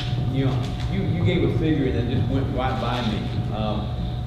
Now, you're saying that the over 65 is, Roughly about the decrease in tax revenue, if we didn't have that exemption, is about $2.5 million. and if it is by application, one could be assumed that you would have to be able to kind of figure out that there's money there, or so, you know, that concerns me. You said there were other exemptions also? Yes, sir. There's, what I need to do is, the website, it has most of the exemptions out there. I did get from Mr., I think it's Finley, at the tax commissioner's office, the deputy tax commissioner, under Ms. Meadow. I've got a list of all the exemptions, so I will share that with Dr. Thomas, so she can share that with all of y'all. It'll just tell you what the exemption is. And then I can also share the consolidated tax digest for 2019, and it's got the code that matches those exemptions. It may not necessarily have all of what I've found in the past, and you gotta be, most of them should be on there, some of them we may have to try to dig a little deeper, but yeah, that's where I got the number that I just gave you for the 60 day. It shows you the total dollar amount of exemption, and then you take 20 mils off of that. That's the net effect to us. Yeah, that would be, if we could have that information. Yes, sir. I will compile that for you. I pulled that together after the work session, honestly, this week. Just hadn't had time to put those numbers together. I knew the 65 and older was one we wanted to look at, so I did look at that number. And one last question. Yes, sir. What is the size of our reserves right now? If you go back, I wouldn't use the number on here because it's kind of, and I was looking at that before I got here. I think last year we ended up 26, 27 million. So if we add 3 to that, we're looking at close to 30 million at the end of this fiscal year. Roughly, last year we ended up about 17% of expenditures. On the current pace, we'd be close to 20%. And again, guidance in the past has always have at least 15%. That's been the board's objective as well.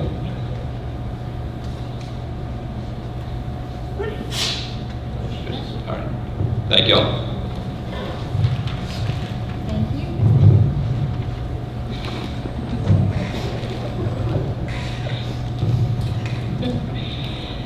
Okay, we'll move forward with the president's report.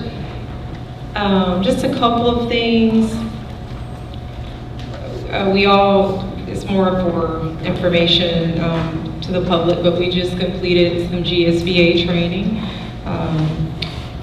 last week. And started conversations on our board norms, as well as just reviewing some of the domains that will help with governance. So, in other words, I'm happy. I think we're moving in a positive direction. We have a lot of areas that of growth, but did want to report that. Also, to the board, Dr. Thomas will be sharing with us, I think it's the leadership retreat dates for staff, and we're going to try to, in an ideal world, try to do an extended work session or some planning so that we solid plan moving into the fall and spring as it relates to our professional development. And so I'm looking forward to doing that work, and we're hopeful that GSBA can continue to help, particularly under the area of evaluation, superintendent evaluation. There was a lot of conversation around that.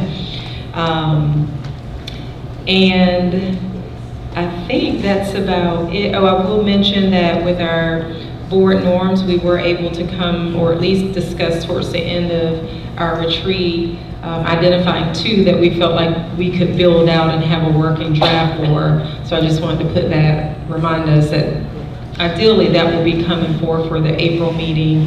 And I'll also be in communication about how we continue that work. So thinking in my mind about having an ad hoc committee begin work on another 2 so that as we adopt, adjust, we can continue progressing with that. Those are all of my updates. Any questions?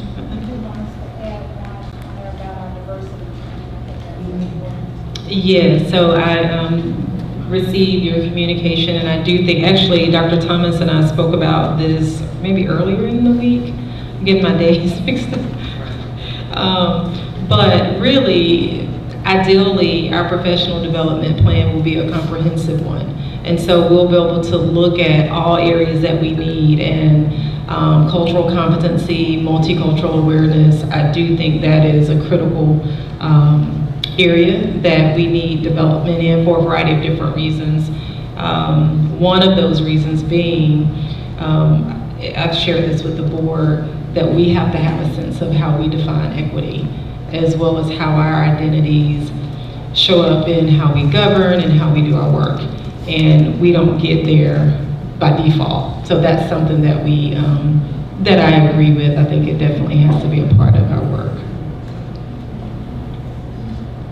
Other questions? Okay. Moving forward, Mr. Stevens, I think you are next.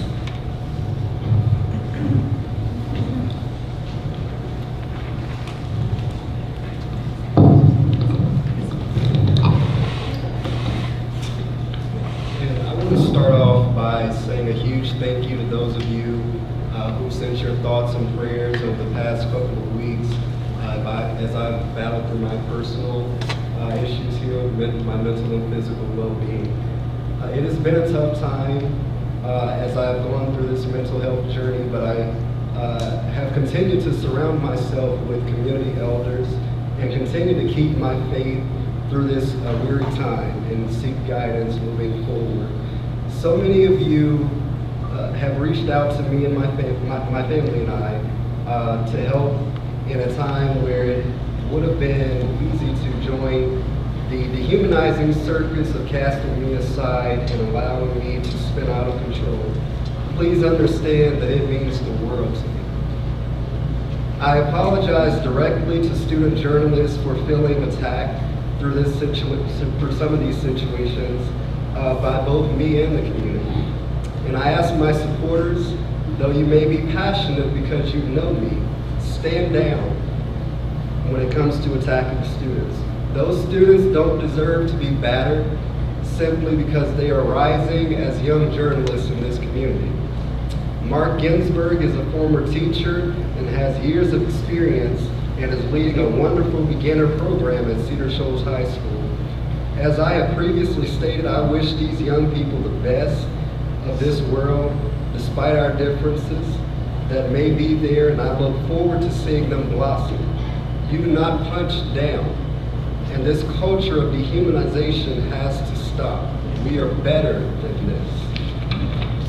I am announcing tonight that I will not be seeking a full term as representative of District 2, and my full support will be behind Karina Gallagher, who is strong and passionate and a proven leader for the minority community and has been an inspiration to me as a young person in Athens, Georgia.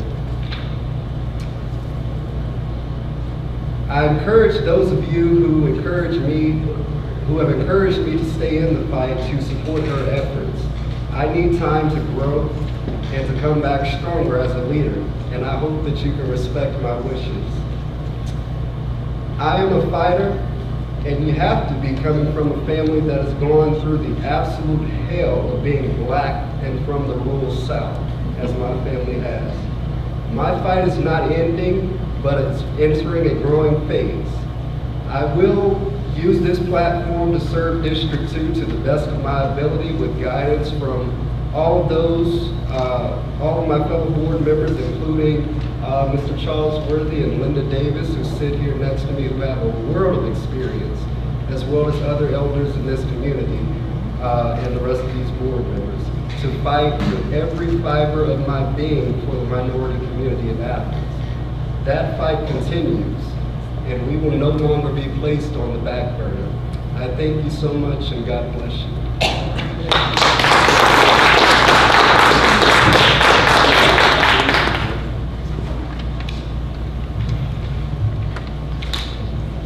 Thank you. Okay, we are moving forward with the superintendent's report. Thank you. Now, let's make sure we are all prepared. Here we go. All right, thank you, everyone. I just have a couple of items and they will not be long. Ironically, Dr. Gant mentioned equity. We've heard equity talked about a lot this evening. If you walked into my office, you would see a whiteboard that is nothing but internal and external dialogue that I've had with myself and with our team about our equity work in Clarke County and our commitment to continuing during this transition phase of ensuring that all of our students have the access to opportunity and resources that they need to be successful. Equal to that is our commitment to not, and we had started this work earlier looking at our strategic plan, but not seeing equity as a separate something that we do as part of our strategic plan or a separate priority in our strategic plan, but instead seeing equity as the lens of everything we do in our strategic plan. So when we're looking at academic achievement, we're looking at how we utilize financial resources, we're looking at our operations, we're looking at professional learning for ourselves as well as for our board. We have to look at everything we do through the lens of equity and determining if we're doing what's best for every child. So it has to be embedded in all of the work that we do and cannot be examined as a separate entity within itself, but it has to be interwoven in every decision we make, every action we take. We have to look at it to ensure that that decision is in the best interest of every child in Clarke County schools. And that's started, and it's the work that we're going to continue. Mr. Gaskins and his team are working daily on the academic component to ensure that our resources match what we say are our priorities, that our resources match our curriculum. But beyond having resources and curriculum, we also have to ensure that teachers know what to do with that curriculum. That's also equity, assuming that people can be given a tool and know how to use that tool in a proper way to then advance whatever it is they're trying to garden. It's been a kind of a misconception that we realize we've made. And so we're committed to continuing to ensure that our teachers have the resources they need so that our students are getting the instruction they need every day. So we're continuing that work. Coronavirus, that's kind of consumed us this week, and we've spent a lot of time, so just we've sent information. We had a virtual leaders today. Our nurse, Amy Rourke, is our lead school nurse, and she has been very diligent this week and staying abreast of what is going on, keeping us informed of best decisions. So we sent guidance out to families that should have been received by parents today. Community members can access that information on our website, just saying what we're doing as a district and what we're asking families to do, and especially going into spring break starting today for many of our families. We're just asking that people be diligent and hyper-vigilant about symptoms when they return back from trips, and are asking that those who are going to areas that are on that list engage in a self-imposed, what do we say is the right word? Quarantine. We used another word. It wasn't quarantine, but isolation at home. Thank you. We went around and around about the best terminology. So we would ask that people, teachers and families, engage they're able with their healthcare providers to determine what, if any, risk they pose to themselves and others. So we are, and principals have asked that we have a phone conference the weekend before we return, just to be updated on if the status has changed within the state of Georgia, so we've committed to doing that.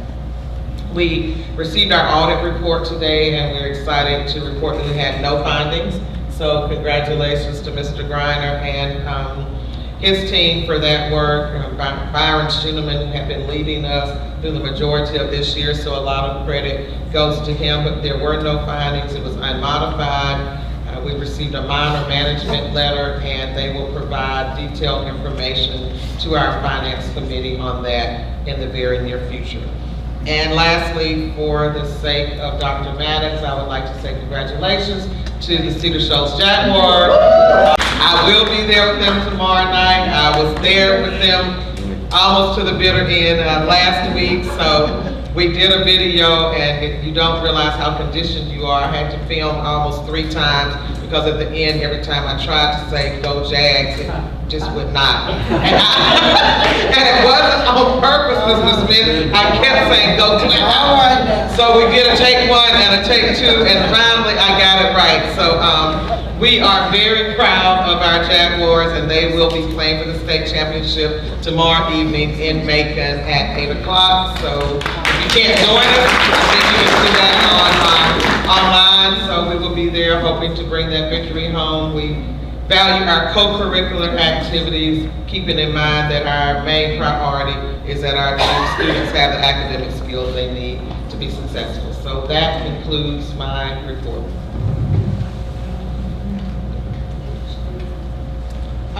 That's right, that was not me, that was Ms. Moore. Is the mayor here?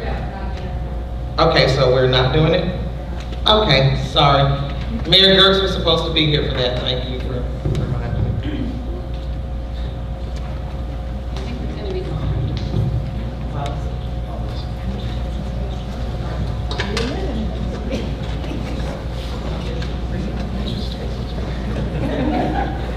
Okay, we'll move forward with policy. And these are the first, let's see, the section 10, these are policies to be posted for public comment for 4 weeks. And so let's take first policy, BCBI, and as mentioned, we've discussed these in great detail, but I am gonna move these to public comment, or to move BCBI to public comment. Okay, Dr. Yeager, is there a second? Okay. Any discussions? Dr. Myers, do you want to give a minute overview, or you think we're okay? All right. Okay, all in favor to place BCBI on for public comment, if you would show by raising your hand. Okay, and all opposed?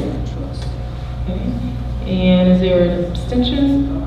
Mr. Stevens, did you vote for or 4? Okay. Okay, so there were 2 opposed. All right, so that carries. That will be placed for public comment. Policy BDC. Is there a motion to move that for public comment? Second. Mr. Davis, any follow-up questions or discussion? drawing a blank on BDC. BDC, Dr. Myers, can you? Uh-huh.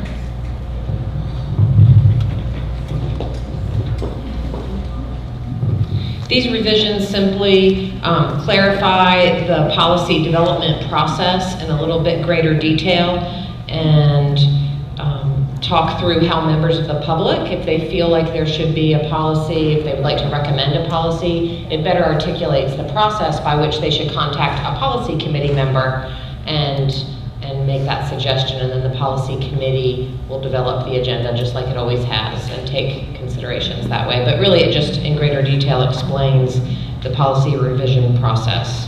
Those words brought it back to me. I'm good now, thank you. You're welcome. All right. All in favor of BDC being placed for public comment, if you would show by raising your hand. Okay, that carries. Policy JQKA, as well as the regulation. Is there a motion to place those? Okay, Dr. Yeager, Mr. Davis, any questions or comments? Okay, all in favor, if you would, raise your hands. That carries, so all of those will be placed for public comment for 4 weeks. Okay, moving forward with policy BC. This is a revision. Is there a motion? Okay, Dr. Yeager, is there a second? Okay, Mr. Davis, any specific questions or additional questions or discussion? I would just like to find out from Don, have we had any comment on any of these? We have had no public comment on any. These have been out for 7 weeks, BC and BCBG. And we've had no public comment on these or the next 4 that have been out for 4 weeks. Okay. All in favor of policy BC, the revision for policy BC? Okay. All opposed? Okay. May I make a statement here? Sure. All of these policies here, I've read through them, and Dr. Miles has just said that you get any comments on them. Why can't we just go ahead and vote Adopt for all all of of them them together? at the same time? I think we just had a. Which one? BC. What?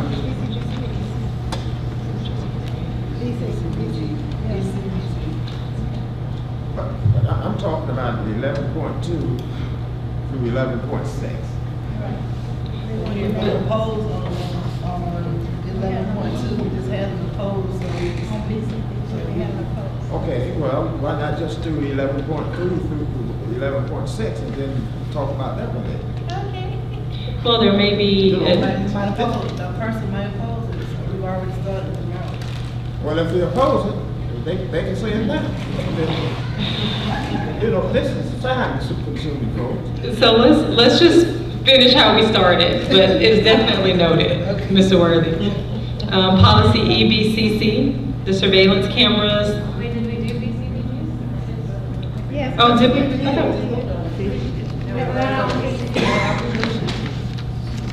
I thought we did BC and BCBG. You did, you're at EBC.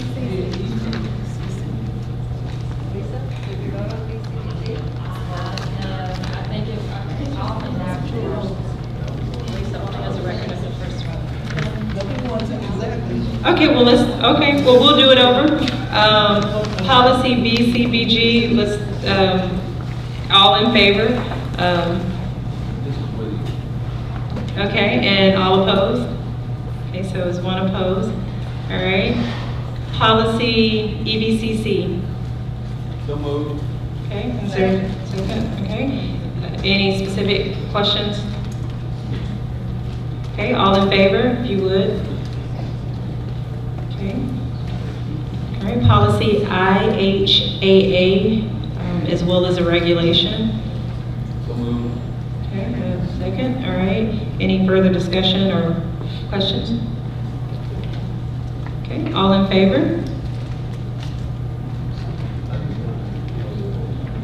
Okay, well, actually, before we, Dr. Myers, can you give a brief overview of IHAA? Yes. Okay. So, IHAA is simply a review of the policy because the regulation is a revision, and this is as a result of the State Board of Education making changes to the state board rule about final examinations in an effort to reduce high-stakes testing. And it pertains in our district to the advanced placement courses, and a student shall be exempt from taking end-of-course assessments if they're taking an AP exam in one of those courses. All other courses still require EOCs, and the rewritten regulation, IHAA, provides for students who are passing one of these AP courses to not take the EOC as long as they are enrolled in the AP exam for college credit. And there's also a mechanism for students who wish to take a final exam, and that will be a final exam created by the teacher instead of an EOC if they wish to raise their grade point average by taking a final exam. Does that answer any questions? And as a result of the state reducing high stakes testing for our kids who have lots of tests in the spring. Any additional questions, Mr. Sibley? Okay. All in favor? Okay. 11.5 IHE, as well as a regulation. Is there a motion? Okay, and second. Motion by Mr. Davis, second by Ms. Davis. Any follow-up questions about that? Okay, all in favor? All right, and then lastly, the policy and regulations related to IHF. Is there a motion?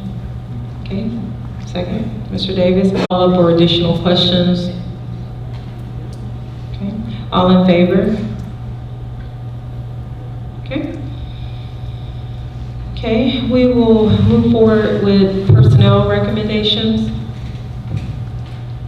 Dr. Stone? I'm fine, I don't need Oh, okay. a cafeteria voice. We're good. I recommend that the personnel list as presented be approved. Okay. We approve 12.1, 12.2, and 12.3. Second. Okay. Any questions from that information that's been shared with us? Okay, all in favor? Okay. All right. We're at our consent agenda. We also have a personnel agenda. Oh, yeah. So you recommended one, but the motion was for all of them, so we got switched. Yeah, do you recommend the other ones? Okay. Let's go with it, thank you. Keep right on going, you're fine. Okay, we'll move forward with our consent agenda and discussion. Is there a motion to approve these items? We approve the entire consent agenda, 13.1, 2, and 3 as proposed. Second. Okay. Any follow-up questions about any of those? I'm sorry, John, did you have anything on 13.1? I'm not going to. Okay. Thank you. Okay. Oh, I'm sorry. All in favor, if you would, show by raising your hand. All right, we are now at our action to approve the Clarke Central High School baseball field trip. Okay, we have a motion and a second. Any questions? We have. Was there something on this? Okay. Yeah. Okay, all in favor of approving the field trip? Okay. And And then we are at the appointment of a delegate for our, the GSBA summer meeting. I will nominate our president, Commissioner Clarke, as our representative. Okay, any discussion? Well, I got a question for you, Greg. I'm sorry. Before I went last year, didn't you say that it's normally something that two people go, like, don't you normally go, or someone from government relations as well? At one time, Vernon Payne represented this board at the same time he represented the district. And, you know, when I got on the board, that became, you know, that was raised, and so what happened is that we started voting. You know, Vern didn't need to be voted on because he was a district rep, and so he went automatically. And so then we started voting on a representative from the board to represent the board. Okay. Because he was actually wearing two hats. Okay. An alternate, yes. Yeah, two hats. And so that's why, you know, we started sending someone that would specifically represent this board. Okay. Okay, I was just wanted to be sure we didn't need additional people, but okay. Any other questions? What, you haven't got the second? Yeah. I've got it. That might, so in terms of question, yeah. This is the vote, the person, Greg is going as the representative. What is the representative? Who's the alternate? I have an alternate. She's not a representative, she's going as a delegate. See, that's where I was, yes, but that's where I got sort of We don't confused. have an alternate. Okay, so, I mean, I thought I mean, we could argue that we needed an alternate in case Lakeisha doesn't make it. So that would be, it would be appropriate for us to go ahead and elect an alternate in case she couldn't make it. I think Linda's volunteering for that. Are you volunteering? Are you? Well, if I'm gonna volunteer, let's go. I Okay. just don't get the vote. I'm looking at it. First week of June. Okay, I'm gonna try it. I move that Linda, go attend the, She's and our serve as the So, alternate. okay. And I So we got two motions. No, it's One, friendly, it's a friendly amendment, okay, yeah. So we can we, no, can we combine those? Yes. Okay, Yes. all right. But I do have a discussion once we do that. After we vote or before? Right now. Right now, okay. Okay, I wanted to say something about the importance of this because we just got a email from Angela, our representative, and Charles promised me that this wasn't gonna happen, but that's okay. I mean, I've broken promises to Charles. But she has asked us about SB 386, Charles. Yeah. That's the voucher bill that allows parents to send their kids to private school using tax money. Now, these are kids who have an IEP. And this has been around for probably about 12 years. What they're doing and what Angela Palm has asked us to do as individual board members is to contact our senators, in fact, saying that we do not want to expand boards. Right now, you have to have an IEP to apply for money, this $321 million that has been designated for private education for students that have an IEP. Now they want to expand the classification to include 504s, which, for people who are not aware of that, 504s is a fairly loose, I mean, it's got to be done by a doctor, but it's a kind of loose formulation of a student that needs special assistance to be successful in school, and it could be as little as a few extra minutes after taking a test, they would get a few extra minutes. It could be a seating arrangement. There are all kinds of things that would trigger a 504. So I think, please read the email when in your spare time, when you get home at night, in the middle of the night or whatever, look at what Angela sent us, And I think we need to follow her instructions and contact our senators. Yeah, let me make a statement pertaining to the last thing you said. There were 504, it comes under IDEA, Individual with Disability Education Act. Now, those students that are 5, they may have a special need. Now, you gave one example there. The teacher may have to, let's say, allow them to record their lectures, etc. They may have to have additional time to take a test. Now, having said all of that, that bill that Angela is telling us to contact our senators is trickery in it, okay? Because I don't have any knowledge of any of these kids getting a voucher as a special ed kid going to a private school. But see, they'll push that in. Regular students get vouchers and go. That's what you gotta watch. Trickery, okay? So anyway, I used this election to slip that. But Okay. this is, Okay, but it doesn't have any implications for no, us. it doesn't, except for the fact it shows you the seriousness of you and Linda representing GSBA, or you representing GSBA with Linda as an assistant, in terms of making sure our legislative agenda is strong and that we're able to counteract some of this stuff. Okay. Charles says silliness. Trickery. Okay. All in favor of myself and Ms. Davis attending GSBA and representing the district? Okay. We also get credit for training. Okay, we are, is that our last thing, right? Yep.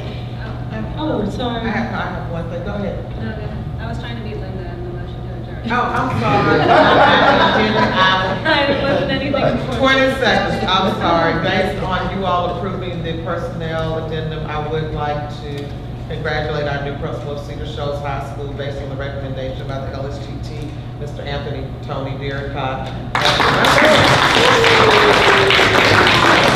Congratulate him, and I wanted to acknowledge that publicly. We will release a statement tonight, but wanted to acknowledge that in the speech. Thank you, Vanessa. Now you can make Any motions to? I don't want to take it.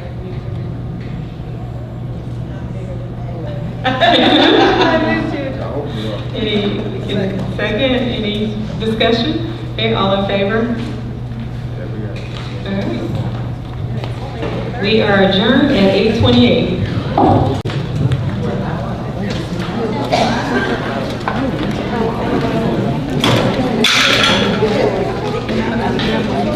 Thank you so much.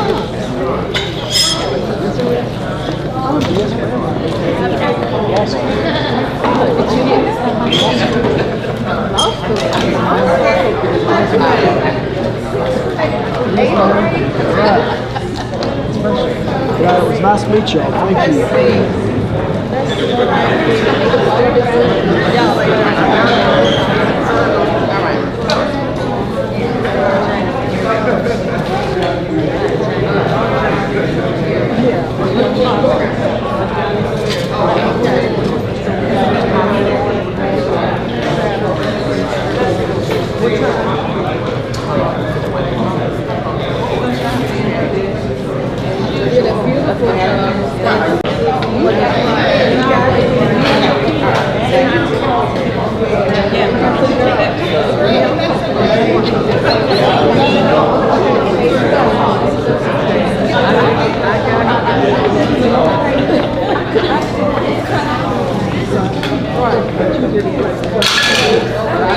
you.